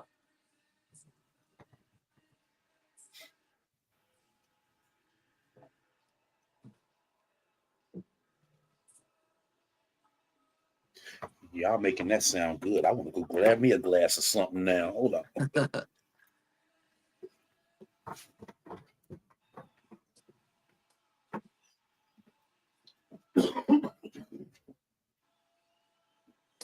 Steven saying Brad Armstrong under the mask. Bad Street.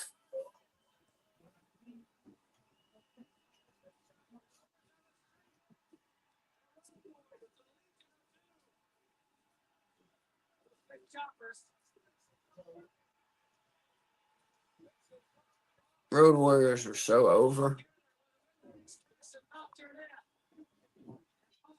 Most over wrestlers we've seen so far tonight. For the Road Warriors. Yeah. Or, oh my gosh, don't get me started. Let me tell you your build. My build was Well, June of '83. just players did not like.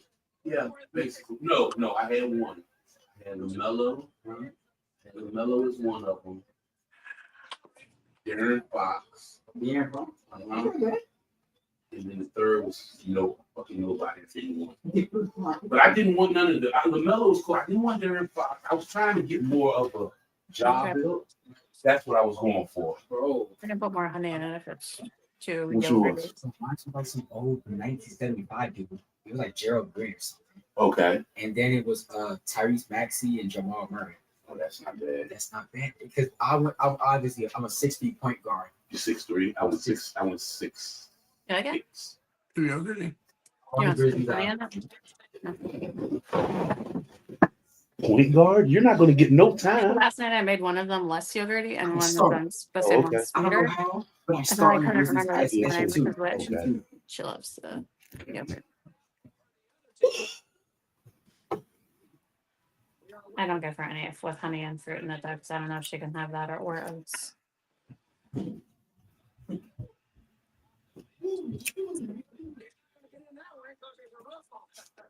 The Samoans, soon to be the head shrinkers. Mm-hmm.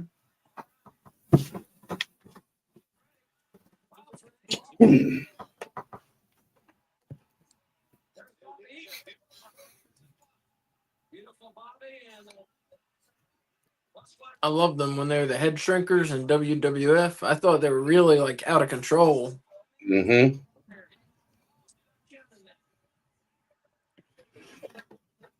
So who we got? We got Jimmy Garvin and Bobby Eaton starting it off. Jimmy Jam. Bobby Eaton turned pro at 17 years of age. Huntsville, Alabama native.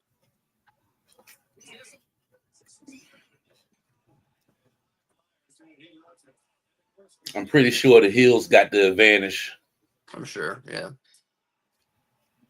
I don't think I've ever seen a match like this where the Hills don't have the advantage. No. Yeah. It doesn't work. Inside that cage, we have a camera taking you right inside for the action. This is the elbow drop. Gorgeous. See, it's like we were saying earlier. If you've never seen a War Games before, a second wrestler for one team will come in. They do a coin toss, and it's usually, like Kay said, everyone I've ever seen has been the heels. The heels will go up 2-1, and then it's 2-2. Then the heels go up 3-2, et cetera, et cetera. And then it gets to 5-on-5. The match cannot end until it's 5-on-5. Yeah, they only do the coin flip for the first new person entering, and then after that they just alternate. Right. And then when the match becomes 5-on-5, that's when The bell rings. I the think. the match beyond begins. And it's submission or surrender. And this was a Dusty creation too, I think, right? Oh, that, Yep. that's smart. That's the name of the game. And you notice there's no referee in the ring. Somebody needs you to remind me of who people are now that they've taken off their shirts and sunglasses. Well, that's Jimmy Garvin in the ring. Stomping, Yes, and Okay. Bobby Eaton from the Midnight Express is the one getting stomped. and the Midnight Express are Bobby Eaton faces? and Are faces or heels? Midnight Express. in this match, let me see. Their what team faces that- in this match. Yeah, okay, that's what I thought. Yeah, because the Freebirds and the Samoan SWAT team are heels. Yeah, definitely. So yeah, Dr. Death, the Midnight Express, and the Road Warriors. Yeah, so they're faces. Yeah. Most of the time, the Midnight Express were heels, though. Like when we saw them against the Road Warriors in the scaffold match, Mhm. Starcade '86. They were the heels there. Here, you should try it with blueberry. It's really good with the blueberry.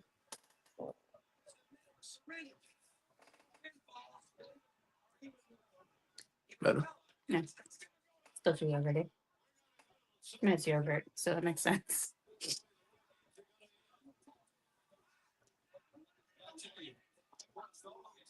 You know, I need to see if that's on Peacock because I had the collection of those too.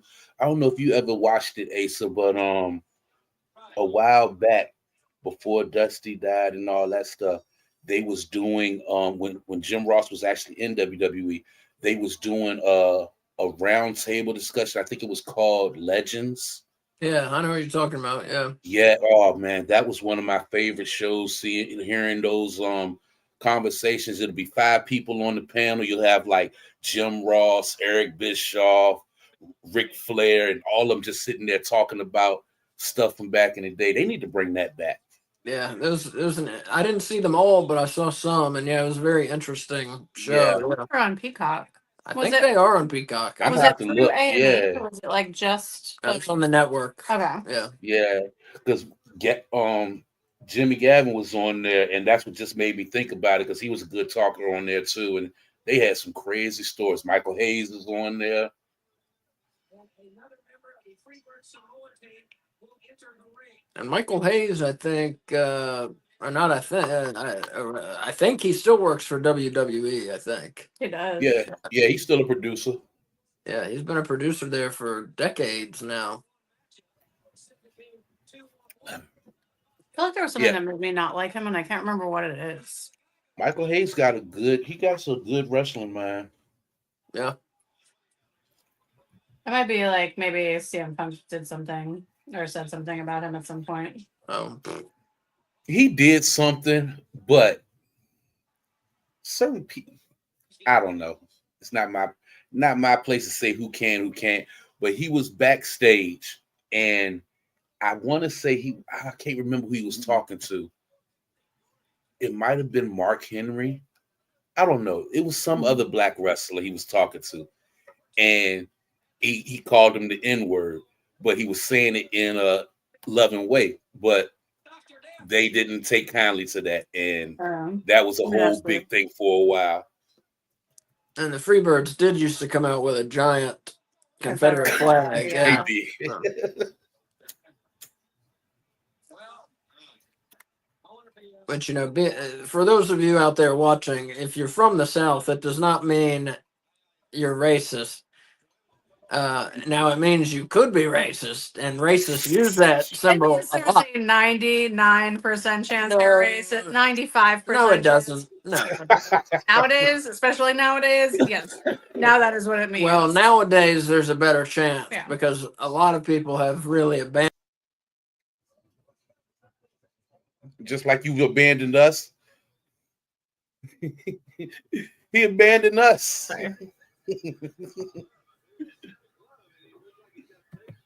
I didn't like what he was saying, so I kicked him out. I'm just kidding. Our sound might go crazy. There you go. There we go. That like might mean you're stupid though. The kids in my high school that had that on like their pickup trucks, Yeah. they used to park at the football field because like I went to such a big school, there was not enough parking spaces, so people parked on the football field, and they would go fishing on the football field. Like they would sit in their trucks with their like fishing rods and just like cast over and over again onto the grass of the football They field. probably just thought they were being funny. I'm sure. Kids are dumb, you know. Kids are They weird. were dummy and weird.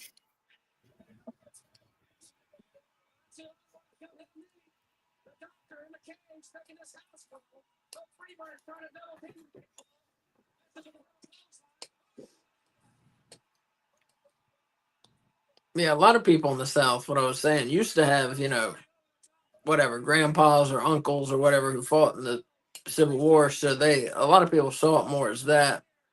But of course, that generation is, you know, died off or dying off. So Yeah. you don't see it as much, period, in the South now. So yeah, like Kay said, I feel like there is a better chance now that when you see it, somebody is a racist. Yeah. But like 15 years ago, 20 years ago, that's not the way it was, which is strange. Nobody in the sport is Of course, a lot of people took it that way and take it that way 100% of the time. But I feel like a lot of the people who actually displayed it, that was not their intent, you know. Back then. And, Back then. but even today, there's some people that don't like my next door neighbor. He has just a small one in the back of his pickup truck, Mhm. and he's country as I don't know what, but I call him my second dad. We do everything together. We go hunting together. I help him plant his garden, and he brings me vegetables. He last summer he even planted some daggone bud. Grew 6 ounces. We went down into his little man cave basement and blew it down. I love it. His name is Mike. Call him Papa Mike, man. And we be kicking it, but you can't judge a book by its cover, man. Wait, could you teach us how to hunt? Yes, I could. That'd Yes, be I could. awesome. We're looking for a teacher, and no one we know hunts. Yeah. Yes, yeah. Me and my best friend used to go all the time, and then Yeah. once I moved over to where I'm living at now, I've been here for 5 years, and I had told Papa Mike about I was like, man, I haven't been hunting in like 10 years, man, since my best friend died. He was like, oh, you're going with me, man. We went and got us a big old buck. That's still was one of the hardest things starting off is shooting something. Like I said, Yeah. I'm a big softy, but eventually got used to it, especially once you bring that deer meat home and make some deer Yeah. jerky. Oh, Lord Jesus. One of But my it's a students used to bring me deer jerky, and then one day he brought me like a pigeon. It was so good. yeah. But we're But vegetarians now, but like it's on my list of like my apocalypse skills that I need to learn how to do. Yeah. yep. We're just And trying to you, prepare for when society collapses. Collapses, Yeah. and that's all I ever do. That's all Mhm. I ever do.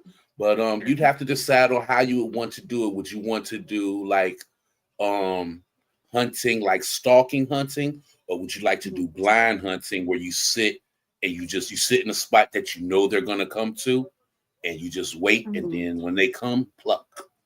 Which do you like better? I like the walking. Yeah, I think I I would like like the that better. walking. Yeah. I love Make both it of look them because sometimes I do just like to sit there, chill. You're in the blind. You got a beer. You only thing that sucks about it for me is I can't smoke out there because the animals can smell Oh that. So yeah. I'm out there like this the whole time, like dog it chewing gum and stuff. Yeah. Yeah, it's very I think I would be good relaxing. at stalking things because like I took dance when I was very young, and like I walk on the So you sides have of light my feet. feet, so I have light feet. Yeah, that's a plus right there. I had Yeah. to learn. I had to learn how to walk like that. Mhm.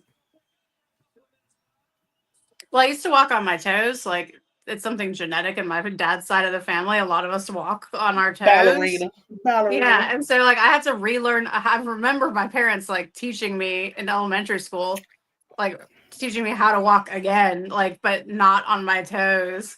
Like I still even now, like when I walk sometimes in my head, I'm like heel toe, heel toe, heel toe. Bam.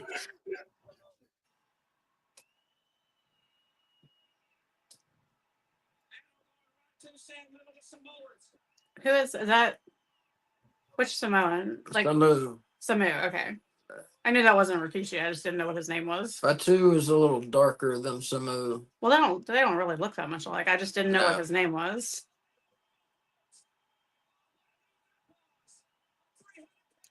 I used to get Rikishi and the Tonga Kid mixed up. Who is that? He's another Samoan wrestler from back in the day. Tonga Kid. Samoans got a fleet of guys that can wrestle. Yeah. When they were in the head shrinkers, was it these two or Yep. was okay? Yep. Mm-hmm. That Yep. goes. Yep. It was them, and then once Samu left, it ended up being the Barbarian for a while. Right. Tonga? Was that what he changed his name to? Yeah, or- Tonga. Yeah, Tonga. That's right. that's who I remember. I think it's Oh, really? Tonga. Yeah. Huh.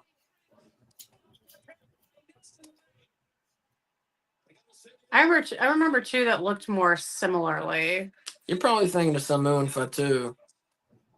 but when they both had dark hair. Yeah, yeah. They look Okay. more similar in WWF. Okay. Yeah.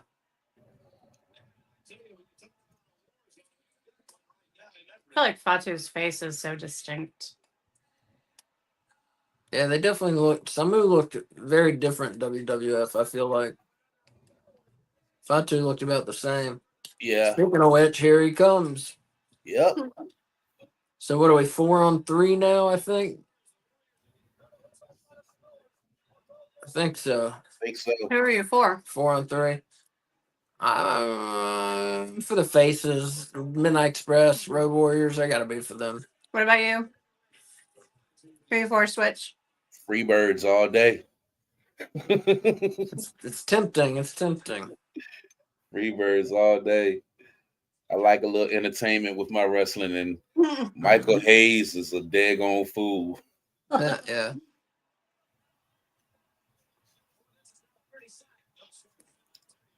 Used to come out dancing, shaking The his way he would hit ass. that moonwalk, man, I would love when he would hit that moonwalk. But he'll tell you he's not the greatest wrestler, but he can put on a show. Yep. I show a video every year of like how to do the moonwalk as part of like our social emotional learning stuff we do in the mornings. I've shown it every year for like 7 or 8 years. I still cannot do it at all. I used Some of my to be able to students, get down. well, it's like backwards from what you would think it is. It's very strange Mm-hmm. because like you're sliding your toe, not the flat part of your foot. Yeah. It's not really your toes that you're sliding. It's that hard ball part The right ball there part. between. Yeah. You're pushing with that and sliding the other one. Mhm. Push, slide, push, slide. Yeah. I understand the theory. I just can't put it into practice.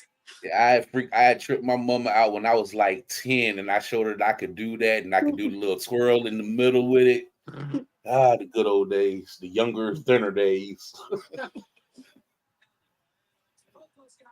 Yeah, we watched that video and then I showed them Michael Jackson doing it from one of his like concerts.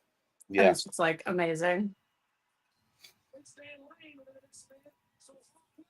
and it's real crazy. Like even my kids today, they love watching Michael Jackson videos. Oh yeah. I always show them his live concerts. Yeah, because that's the what guy this is. was a mad scientist when it Mhm. came to how he put those concerts together. Mm-hmm. I think And even more impressive than the moonwalk is the like leaning that he yes, does. It's like I still like can't comprehend.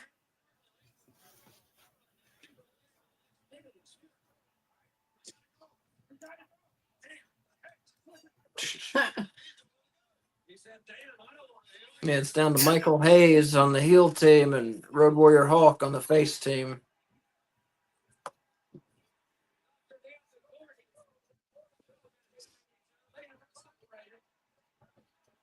Yep. And y'all, the match still technically hasn't started yet. And no blood yet. Come on. All this action. Yeah, that is weird. And the match There has hasn't been not blood all started yet. night. No, there hasn't. I assumed they were saving it for this. 89. May see some blood and Flair and Funk. I would bet we do. How come Tony left the WCW in '89? That's a good Seems question. like an Asa question. I don't know. Really? I Shivani? don't know. Yeah, Shivani Shivani. left and went to WWF for a little while. He did for a 1990. while. Yeah, But then he came back. they came back. Yeah. Hmm. I don't know. I'm gonna guess money. I don't know. That's my guess is money. Yeah, that's the reason why most people in wrestling leave from one company for another. Because Bischoff didn't take over till what, like 92? Yeah, 93, I think it was. 93? Okay. Yeah.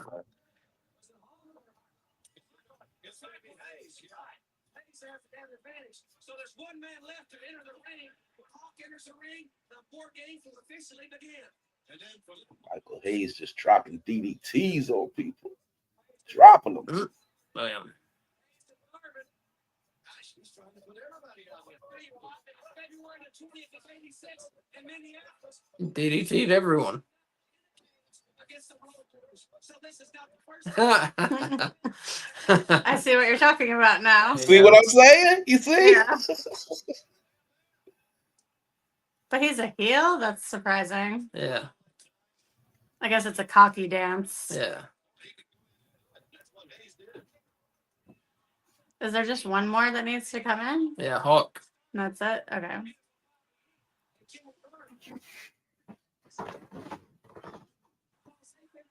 Remember when FTR started showing in tights like the Midnight Express with the stripes like that? They did for a while. Yeah. I didn't realize it was like a nod to them. Yep, they sure One of the things did. I love about like watching older wrestling is I get things that I Yeah. think most people get now that I just like go way over my head. But if you wouldn't have said that, I wouldn't even have caught that. Yeah, it was like the first thing I thought of when I saw it.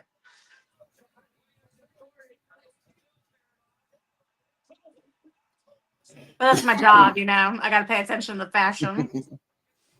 True. Stan Lane, beautiful Bobby now, pulled by the hair. By Michael Hayes. How does your new fashion theme go? How was it? Are you talking about the song that you sing? No, I know how that one goes. No, I don't remember. I can play it. Mine is fashion, K fabulous fashion. Ooh, There's a reason I did not choose that one. fat. Eric saying that was cool. Tony and Jim Ross was in the old WWF. Yeah, I love that they get to work together again now. That's very cool. Yeah. I just want my boy to get better so he can get Yeah. back out there on that table a couple more Yeah. times. Well, it sounds like his surgeries and stuff went well, and Yeah.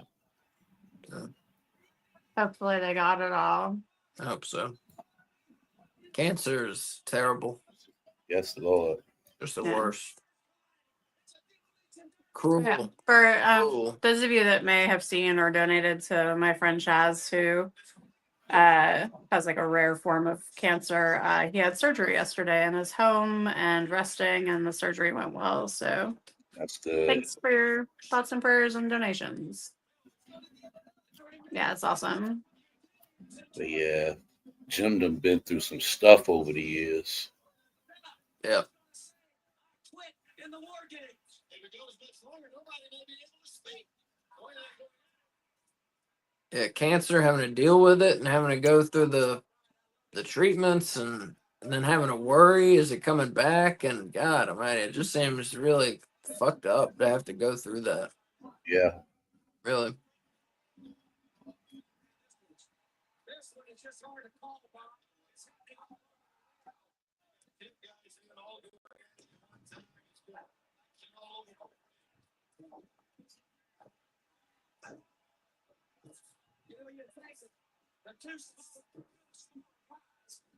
Yeah, my grandfather died of lung cancer. I know it was hard for my dad to watch him go through that and pretty much just shrink away to nothing, you know? It's terrible. Mm-hmm. That was my grandma, my dad taking care of her. Yeah. Anyways, on a brighter note, we got war games going here. Good call. And the match has begun. We're at 5-on-5. So it is now submission or surrender. And the match is over. One man has to quit, and the match is over. Oh, they're going for the doomsday device on Terry Gordy. Trying to. Oh. Oh. Look at that guy in the audience. Guy was jumping up. Yeah. Yeah, he loved it.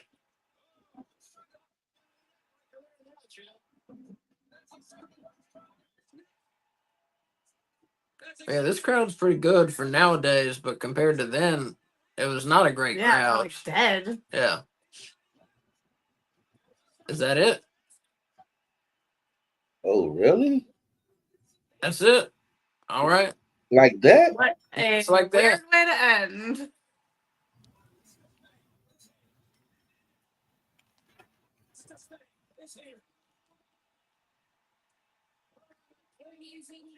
What'd you think of War Games, Kay?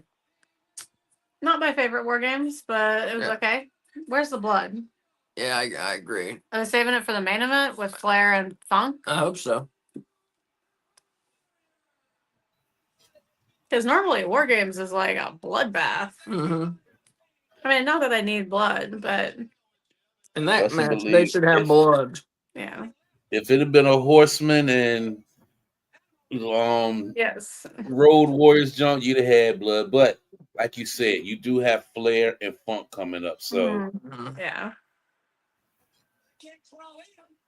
I'm pretty sure Flair gets bloody. They may both get bloody. but I'm trying to think though, 89, I don't know if that's when they started having to deal with the standards of practice shit. I have no idea. Do you know? I don't think so just yet. Yeah. I mean, I get. No, not just yet. No.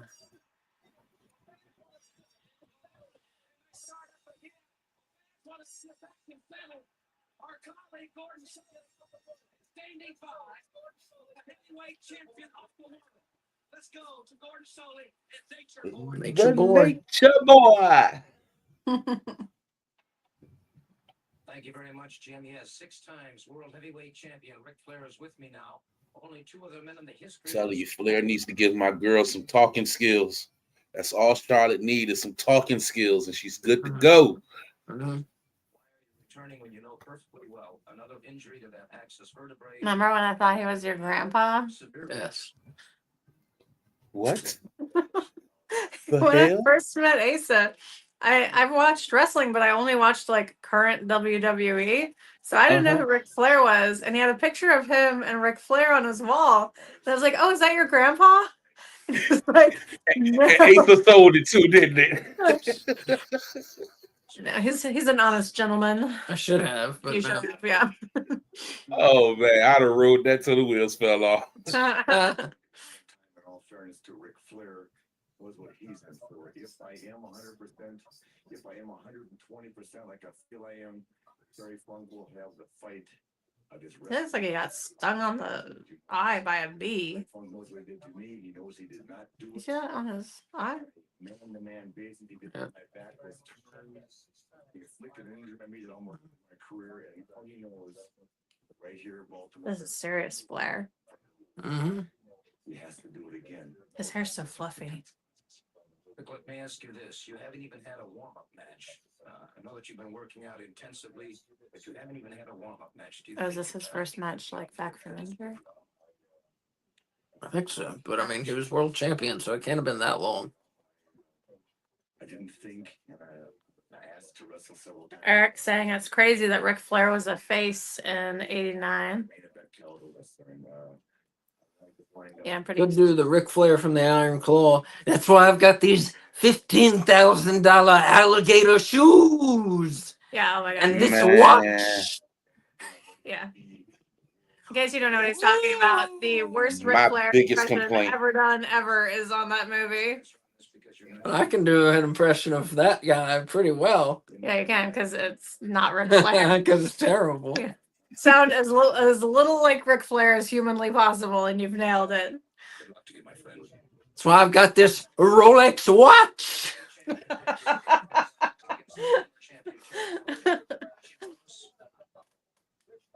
Thank you very much. And I'll tell you something, Ric Flair is ready. Great questions there by Gordon Sullivan. Has not had a match. And as we talked about earlier, is he 100%? These guys were extra fancy back then. They got cummerbunds and everything. And I live in the best part of town, in the biggest house, on the tallest hill. Yeah, they could have did a whole lot better than that shit. Oh man. That's the question. And fans are Even his hair, like they could not have found someone that looked less like Ric Flair. Walk that aisle. It did not work. No, on every level it failed, except maybe the robe he was wearing. let's not delay any longer. Let's go up to Yeah, that was it. The robe. Mm-hmm.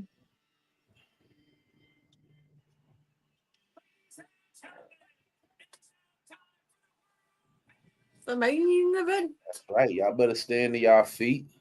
Mhm. Get up, get up, get up, get up. Yeah, for those of you just joining us, we're at the main event of Great American Bash '89. We're at 2 hours, 14 minutes, 43 seconds. This pay-per-view has gone by pretty quickly. Wait, Yes, it where is Terry has. Funk hailing from? They might have said the Double Cross Ranch, yeah, in Amarillo, Texas. Oh, Yep. okay. That's where he was usually from. Mm-hmm. The Double Cross Ranch. That crazy old bastard.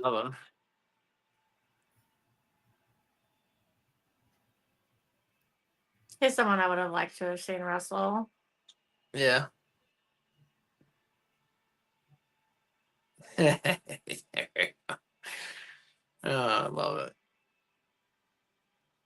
He's carrying a brand in his hand. Yes, he is. See, now that's how you get heat. Yep. I thought it was a riding crop at first, and then I noticed how rigid it was.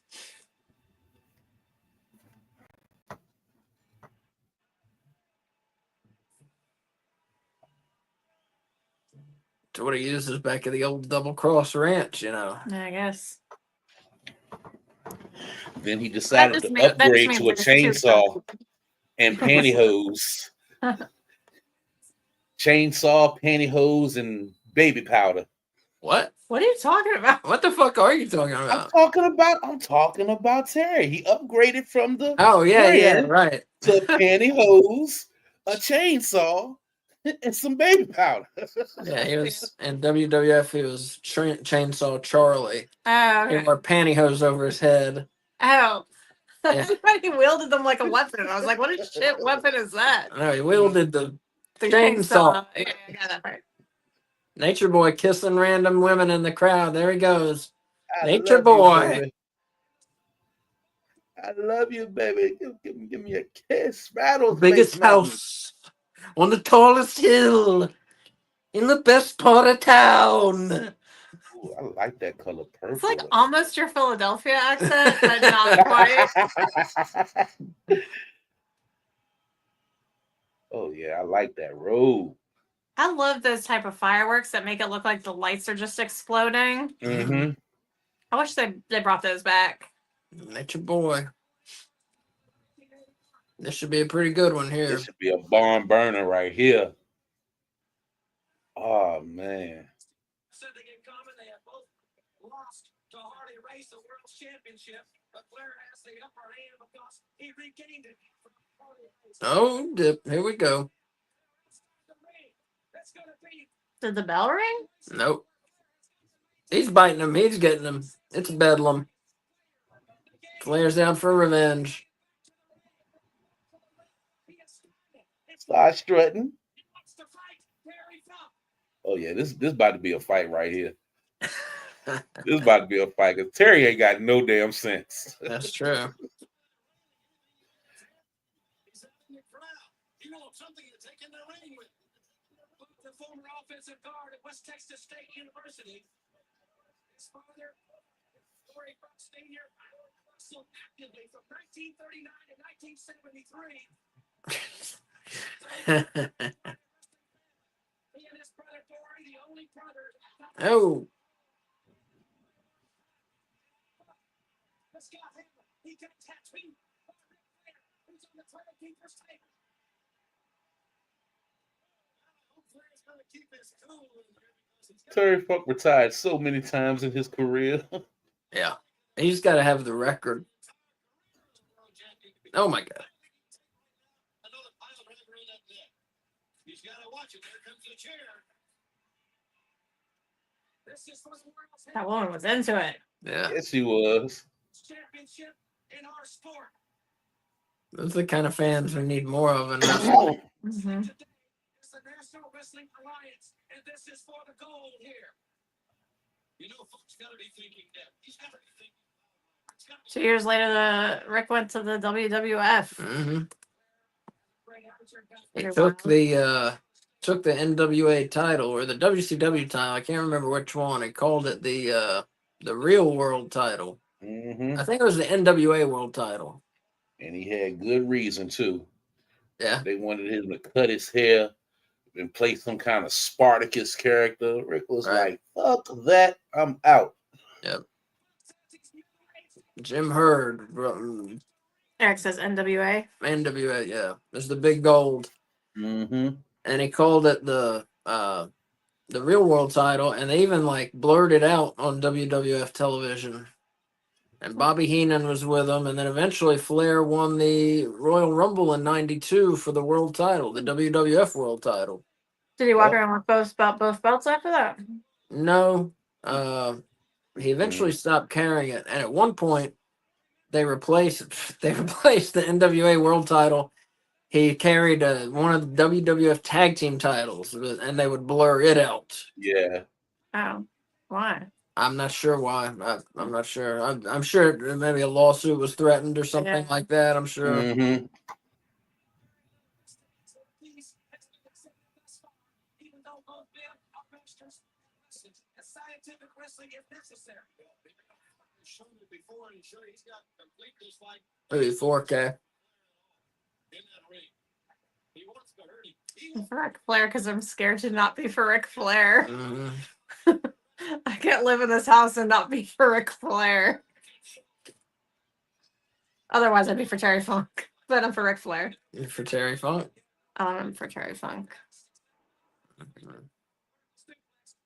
Has he had a world title yet? Yes. Has he? But Terry Funk doesn't have alligator shoes.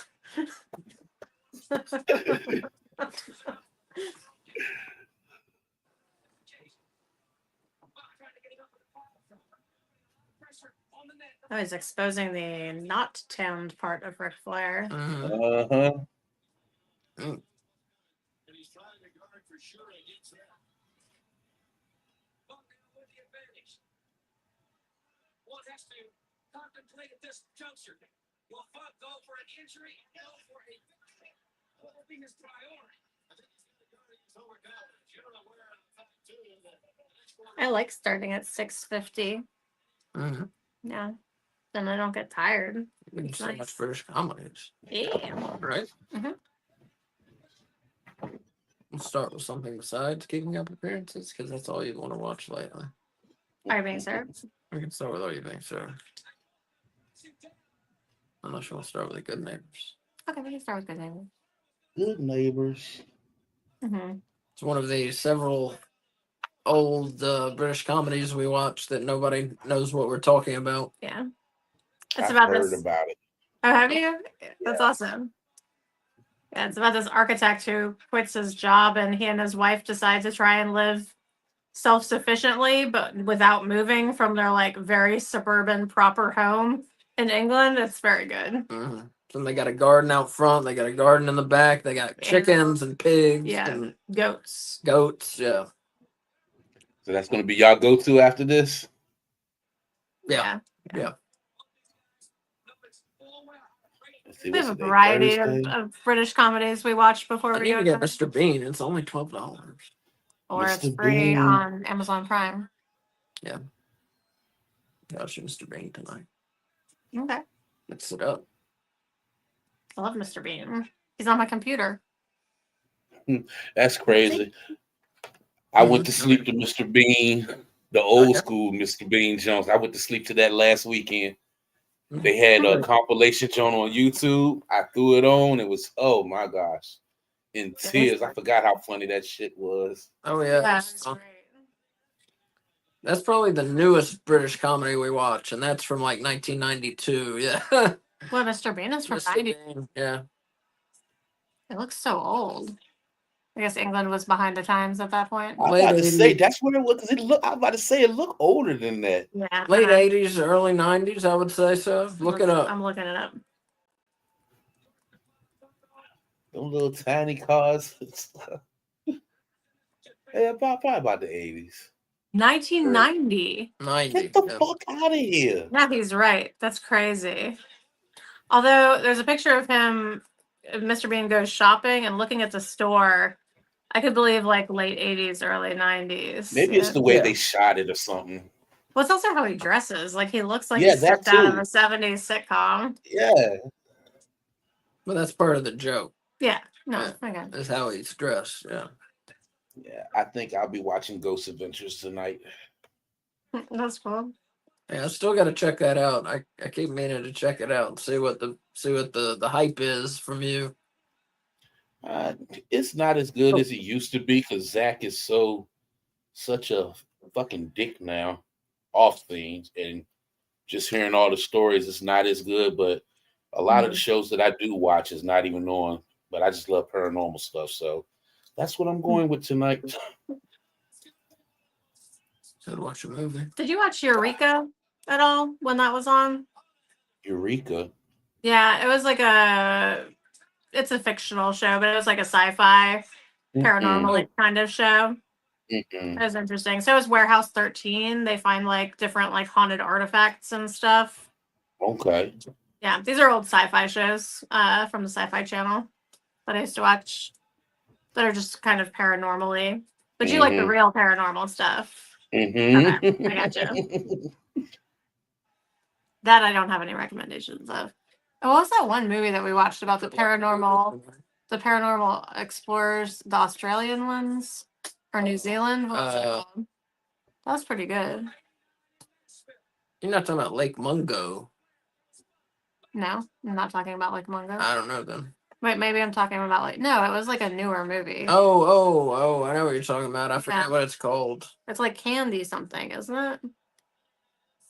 Oh, now I don't know what we're talking about. Well, then maybe that I might have the name wrong. I don't remember. There was like 3 of them, and they went to go to this house. I don't remember. Oh, okay. We'll work on that. It was good.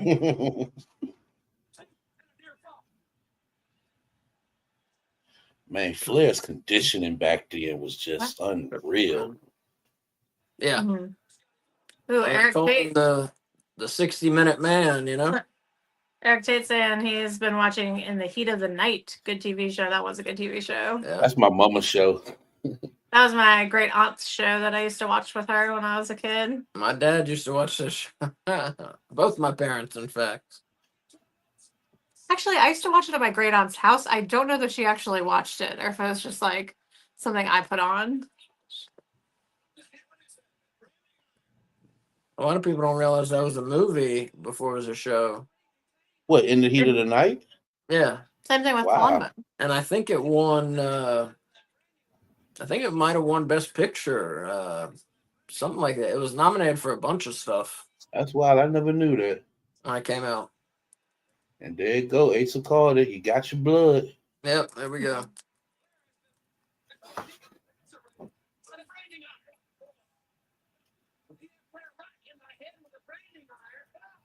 In the heat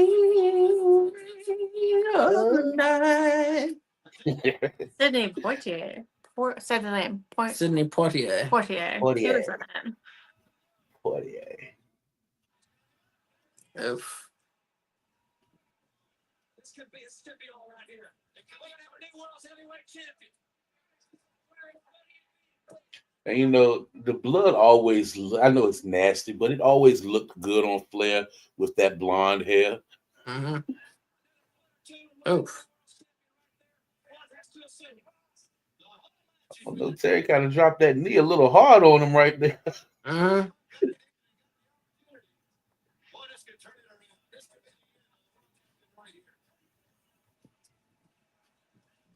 Gosh, young Terry Funk. It won Best Picture. I thought so. Oh, it was did? nominated Wow. for 7 Oscars. 1970. What year? Okay. What year? No, 67. Oh, shit. Okay. 67. Okay. It won Best Picture, Best Adapted Screenplay, Best Actor, Best Score. They also got a Grammy Award for the title song, which Ray Charles performed. It says they won 5, but they didn't name all 5. Pretty good. I've not seen the movie. Yeah, I didn't even know it was one. Look at that. Terry Funk going for the pile driver on the concrete. No. Backflip.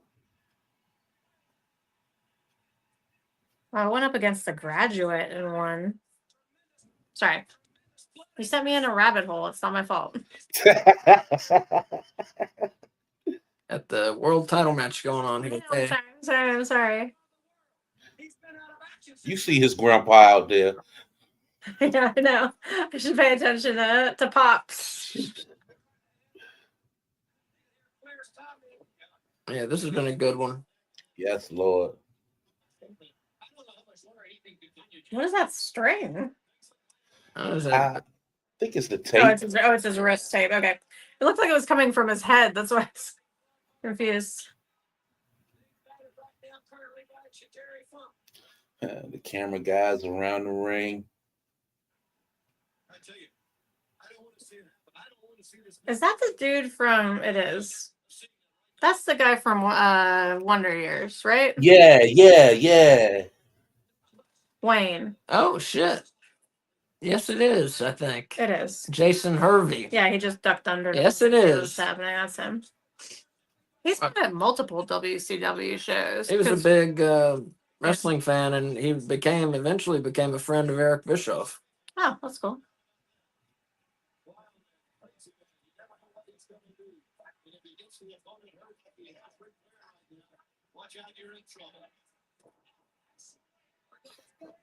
Swinging neck breaker.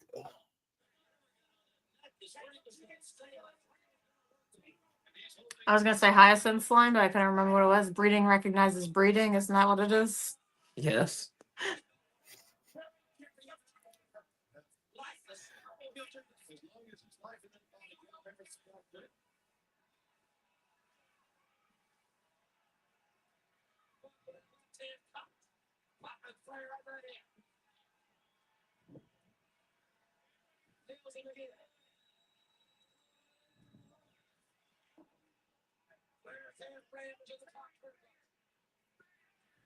Oh shit.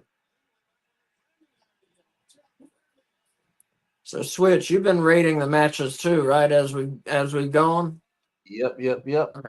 When we finish, when I read my ratings, I'll let you give yours too. You know.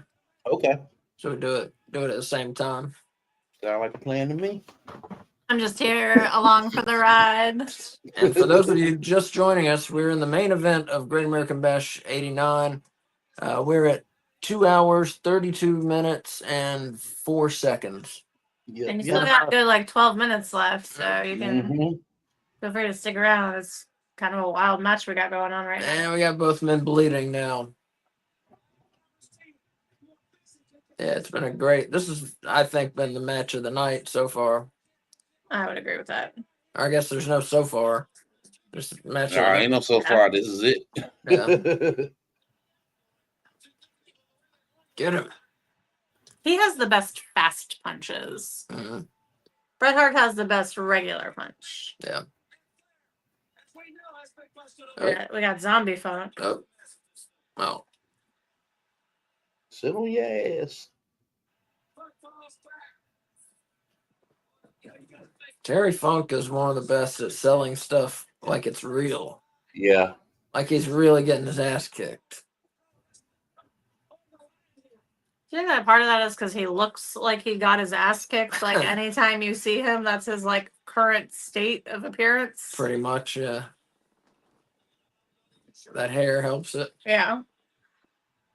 Well, and just the expressions that he makes, you know, like his general funkiness.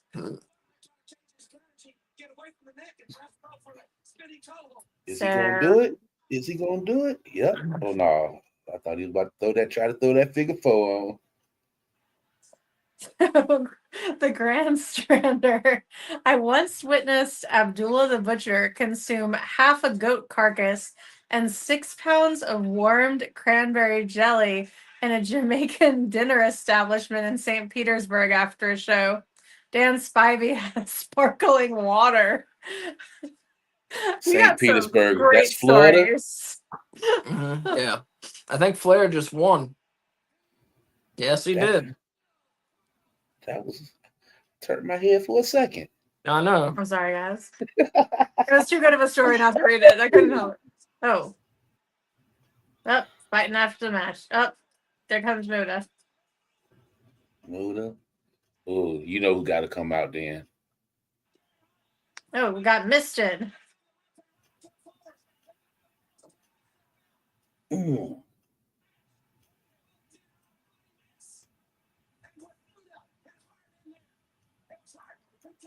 All right, somebody come and give my boy some help.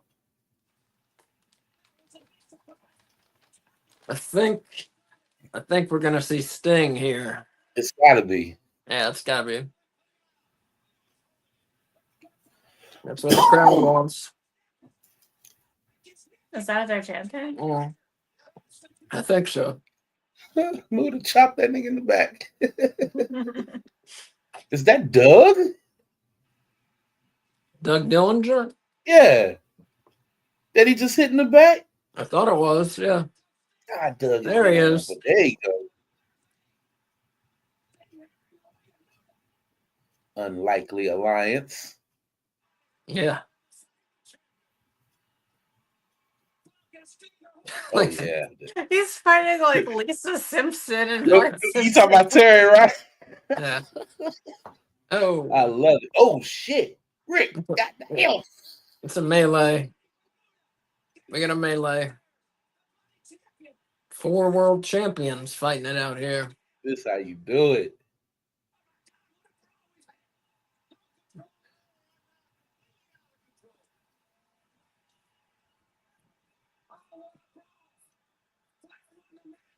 Terry is a nut, man. Mm-hmm.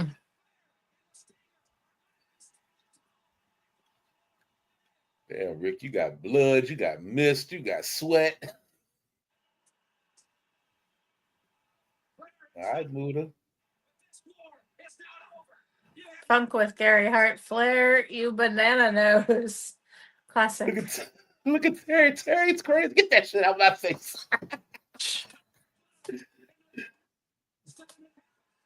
The women look so grossed out. Yeah. Like it's like actively being repulsed. Oh, watch it. Yeah, Terry Funk would scare people, you know. By the time he got Yes. down the aisle, people were scared.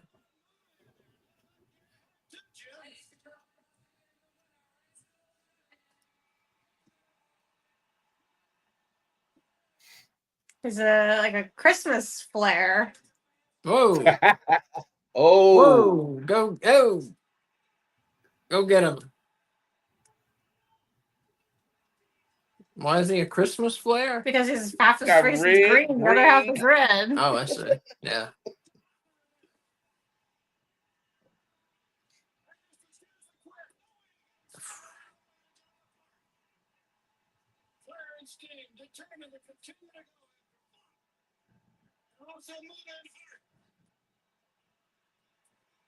Now that's what a brawl. That's what an after-match brawl should Dude, look like. I was just thinking the same thing, Me bro. too.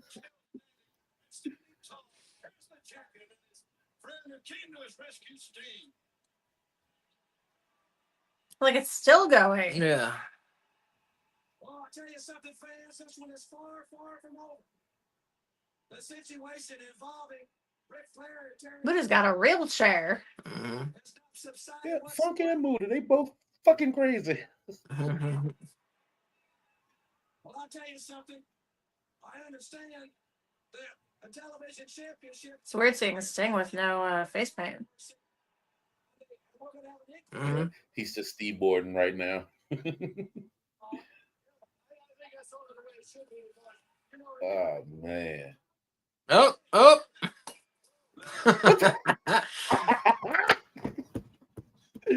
Oh, man. Oh. Damn. Damn, Sting.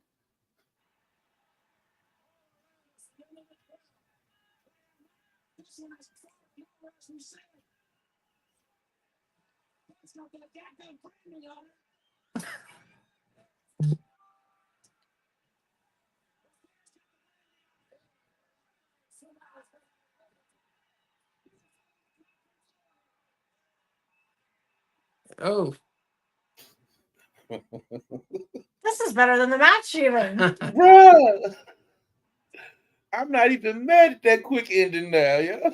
Yeah, exactly. I haven't stopped smiling since the brawl began. Yeah. Ladies and gentlemen, we're just about. I know you've heard this from me many times, but we are just about out of time. And then you got Oh. JR on the call. It's still going. Ha.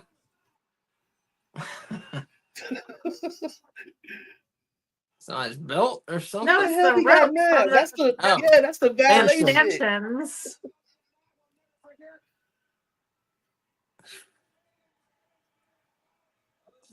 Really, we've had two matches, one in the ring, and the one out of the ring is still continuing. I think fans have been saying that the war between Terry Funk and Ric Flair is far, far from over. Yeah, any way you want to put it, that's for sure. It's going to end, and it's going to end when one of them can't continue to go. Take the belt, Flair. Take it. Like I said, the stamina of Flair is unreal. Mhm. He look a hot mess. He looks like a demon. Look like the missing link for a little bit. Well, we're going to keep her here. He'll be back. He'll be back.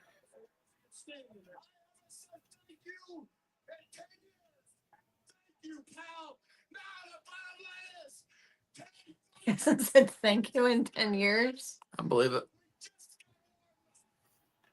After 2.5 months, I'm just breaking a good sweat. So wherever it is. Yo, this visual of Flair is crazy. Yeah. Yes, it is. It is borderline demonic looking. Mhm. Until I roll your Texas ass out. That's the beginning. I'll tell you something else. Good. Only through? Yes, I hope so. I don't think my heart is anymore. I'll tell you something, fans. What a great ending. Yes. We understand. We'll be investigated and we'll look at all the angles of the tape. I have no idea right now as it stands. The television championship has been held up. Ric Flair What? has successfully defended the World Heavyweight Championship, but as we said, the war is just beginning with Flair and Funk, Bob. And I tell you, the way it is at this point, it's going to end when one of them's flat out. I'm sure that somebody's going to have to carry one of them out for that to be over. Television title was held up. I don't know why. I don't. Fans, with the closing moments of that situation, I hope that you Does that mean that they retained it? No, that means vacated. review Held up means vacated? Philadelphia. And now, fans, there you see the closing moments. Funk went for the spinning toe hold. Flair picked that leather foot up, set it up, and I thought Flair was going to go for the 54 ball. Went to the spinning toe hold, too. He was going to turn it right around on Terry Funk. Flair reversed the inside cradle. Some call it the small package. 1, 2, 3. Flair won the match. The war, though, will wage on indefinitely between these two until one man cannot stand or until one man is out of this sport. Jim, you're 100% right. And fans, you got to remember, it's all happening, and it's going to happen, Jim, in the NWA. No doubt about it. Ladies and gentlemen, thanks for being with us. For Bob Cottle, I'm Jim Ross. We'll see you next time on the NWA. Oh man. So Oh. I kind of wanna go find the show that came on after this now. Mm-hmm. Ain't lying. Yeah. Oh man, that was awesome. Bravo. That was Good. awesome. This was your pick, Asa? Yeah. Good pick. Good pick. Well, I had it down as WCW Great American Bash, but it was an NWA Great American Bash. Yeah, because it says WCW on the Peacock, then on the description. No, yeah, it says WCW Great American Bash. I don't know. I don't But know. Because 88 is when 88, I'm pretty sure, is when Ted Turner bought Crockett Promotions and changed it to WCW. But maybe I'm wrong because they didn't call it WCW all night, so I don't know. Nope. All right, let's do the ratings here. Opening Battle Royal, Sid Vicious and Danny Spivey won. They split the $50,000. The rules they were kind of clear, and not a lot happened. I give it 3 bones out of 5. I feel like that's generous. I think Switch missed that. Then we had Flying Brian Pillman pinned Bill Irwin with a flying crossbody from one ring into the other. I gave that one 3.5 bones out of 5. Yep, I also gave that 3.5. Good to see Brian Pillman, young Brian Pillman. Mm-hmm. Then we had the Skyscrapers return, accompanied by Theodore R. Long, and they beat the Dynamic Dudes. It was kind of a nothing match, 2 bones out of 5. I gave it 2.5. There Real, you go. like you said, really a nothing. Manager's tuxedo match. Jim Cornette beat Paulie dangerously after he pulled off his pants to reveal his underwear. I gave it a half bone out of 5. You're so dirty. I gave it 2 bones. It was entertaining for what it was. Wow. I was entertained. I didn't miss. I missed I wasn't that ending. expecting a classic wrestling match out of those two. I got just what I expected out of them. Steiner Brothers, accompanied by Missy Hyatt, they beat the Varsity Club. Gave it 4 bones out of 5. I thought it was a good tag match. I also gave that 4 bones. That's about where the show picked up, I thought.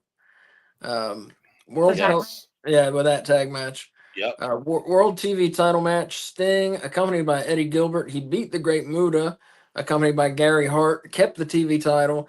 But then we found out the TV title was held up. I'm not sure why. Yeah, I I didn't gave get a that. good reason. Yeah, I didn't hear it. I gave that one 4 bones out of 5. Yep, I also gave it 4 bones out of 5. Great match. Don't understand how it's held up, but yeah. Yeah, I don't either. I didn't get it. Eric's saying 4 bones. I think that's his overall I rating. think that's his overall 4 bones out Yeah. of 5. And then we had the U.S. title match. Lex Luger defended against Ricky Steamboat. Luger won by DQ when Steamboat snapped and attacked him with a steel chair. I thought it was a good match. I gave that one 4 bones out of 5 also. Yep. Same here. Gave it 4 bones. Would have been higher if I didn't get the DQ. Mm-hmm. Yeah, that was a good match. War Games match. Dr. Death, the Midnight Express, and the Road Warriors, accompanied by Jim Cornette and Paul Ellering, they beat the Fabulous Freebirds and the Samoan SWAT team. I'm gonna give it 3.5 bones out of 5. Yep, I also gave it 3.5 bones. 3.5 bones only because I've seen other War Games Yeah, matches and it didn't live up to. It was a good match, but it didn't live up to other classic ones I've seen. yeah, same. If you're in a War Games match, you better bring it. And Yes. it wasn't bad, but they didn't like bring it, you know. Mm-hmm. And I need to see some blood in a War Games match, you know, and I didn't see any. There was no blood. So The World Television title match on Cage Match says that Sting won it. well, I know Sting won it, but then the title was vacated. Yeah, at the end they were saying it was vacated, but they didn't really say why. Yeah. Look They up the said it's title being history. upheld. Also, it says NWA. Yeah, Great American Bash. So in Cage Match, this show got averaged an 8.21 rating out of 10. I think that's a little high, shit. That is generous. but maybe it's not that generous because there's some Not really for- good matches. Maybe for that time. Yeah. Main event, NWA World Champ Ric Flair kept the belt over Terry Funk. He put him in an inside cradle for the pin. Terry Funk, accompanied by Gary Hart. I gave that match 4.5 bones out of 5. So for me, that I guess you could say I'm cheating a little bit because I added the brawl at the end. So this ended up being a 5 bones match and segment for me. You know what? After the match, the brawl had me smile. I was into it. Yeah. I was into it. I smiled until the show went off. You know what? I'm gonna change it because I can't think of any way to have made that match better. So I'm gonna change it to 5 bones. Yeah, 5 Right. bones. So this was July 23rd, Thank you, Kay. 1989, Yeah. Hold up. which is when Sting's title reign ended. Okay. And then it was vacated from the 23rd of July to September 3rd.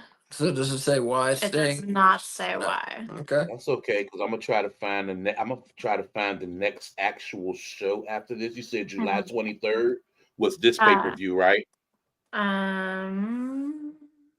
Yes. Okay, 1989. And so while he's looking that up, Kay, what do you say? Best match, worst match rating for the show out of 5 bones? Best match, main event. Worst match. Oh wait, that's AEW. Mm. That's hard. I'm going dynamic dudes in the skyscrapers. Okay. Overall rating. I'm giving it 3.5 bones. Wow. The beginning of I'll give it 4 bones. 4 bones. Beginning of the show, meh. A little slow End of for the you. show, awesome. Yeah. So balances it out. The last half of the show, the last 2/3 of the show, really, Yeah. was Yeah. very good. Which is why I bumped it to a 4 from a 3.5 bones.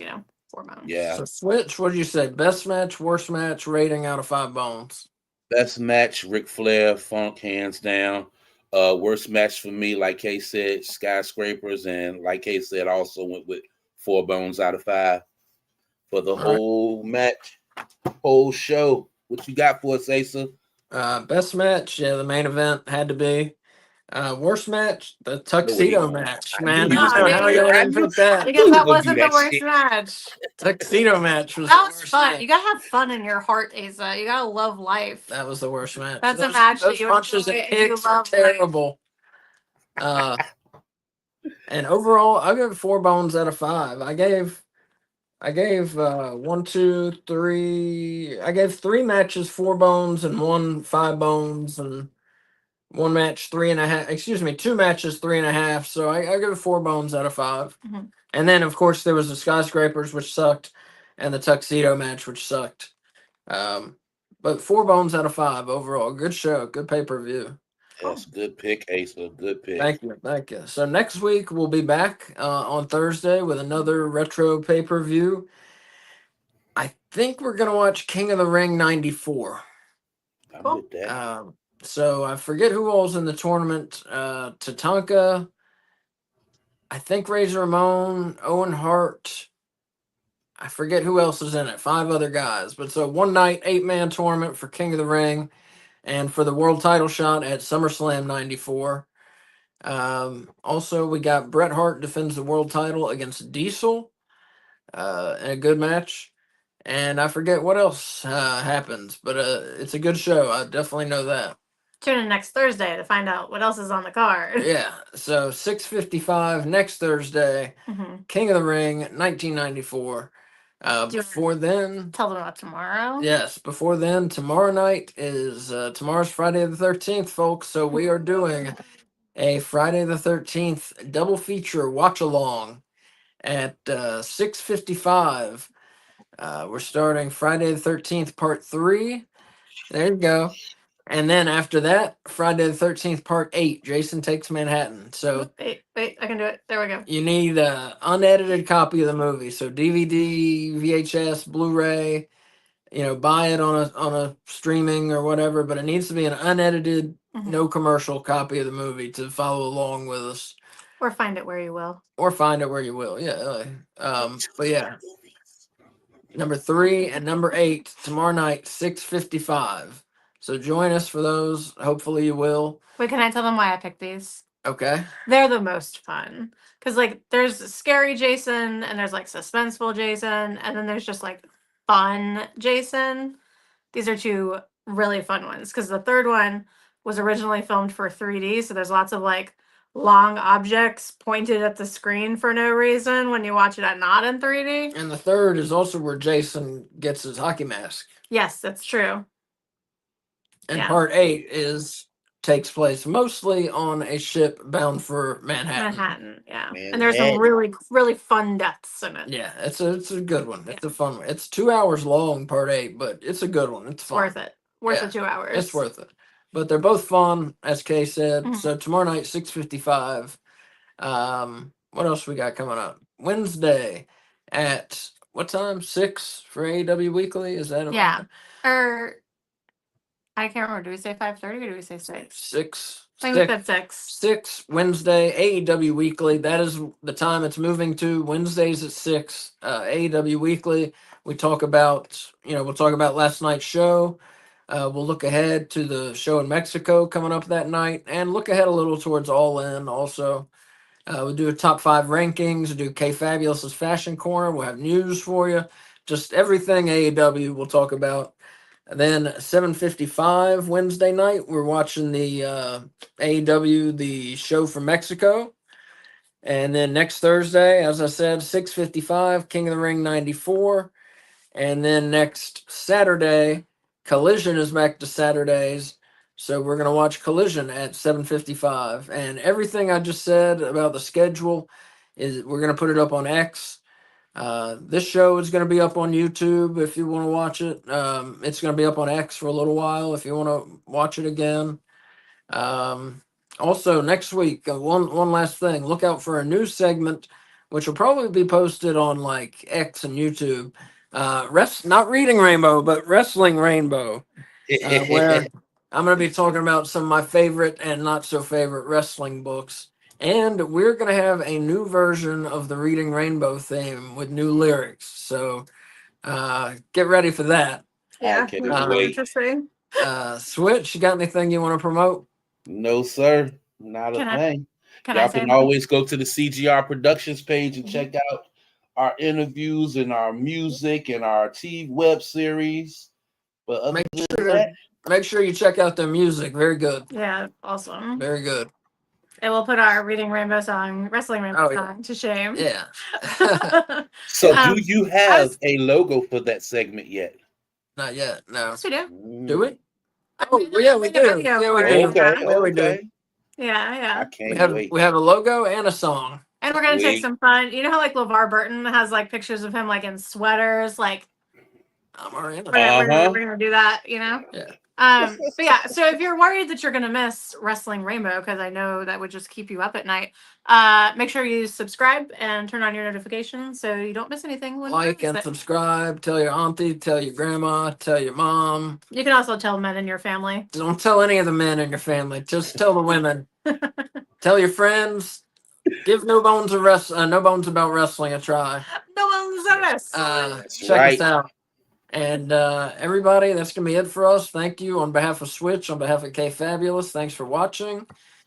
Use your turn signals, and we'll see you tomorrow night, 6:55, for Friday the 13th, Part 3 and Part 8. See you then. Man, Bye, everybody. Love, love.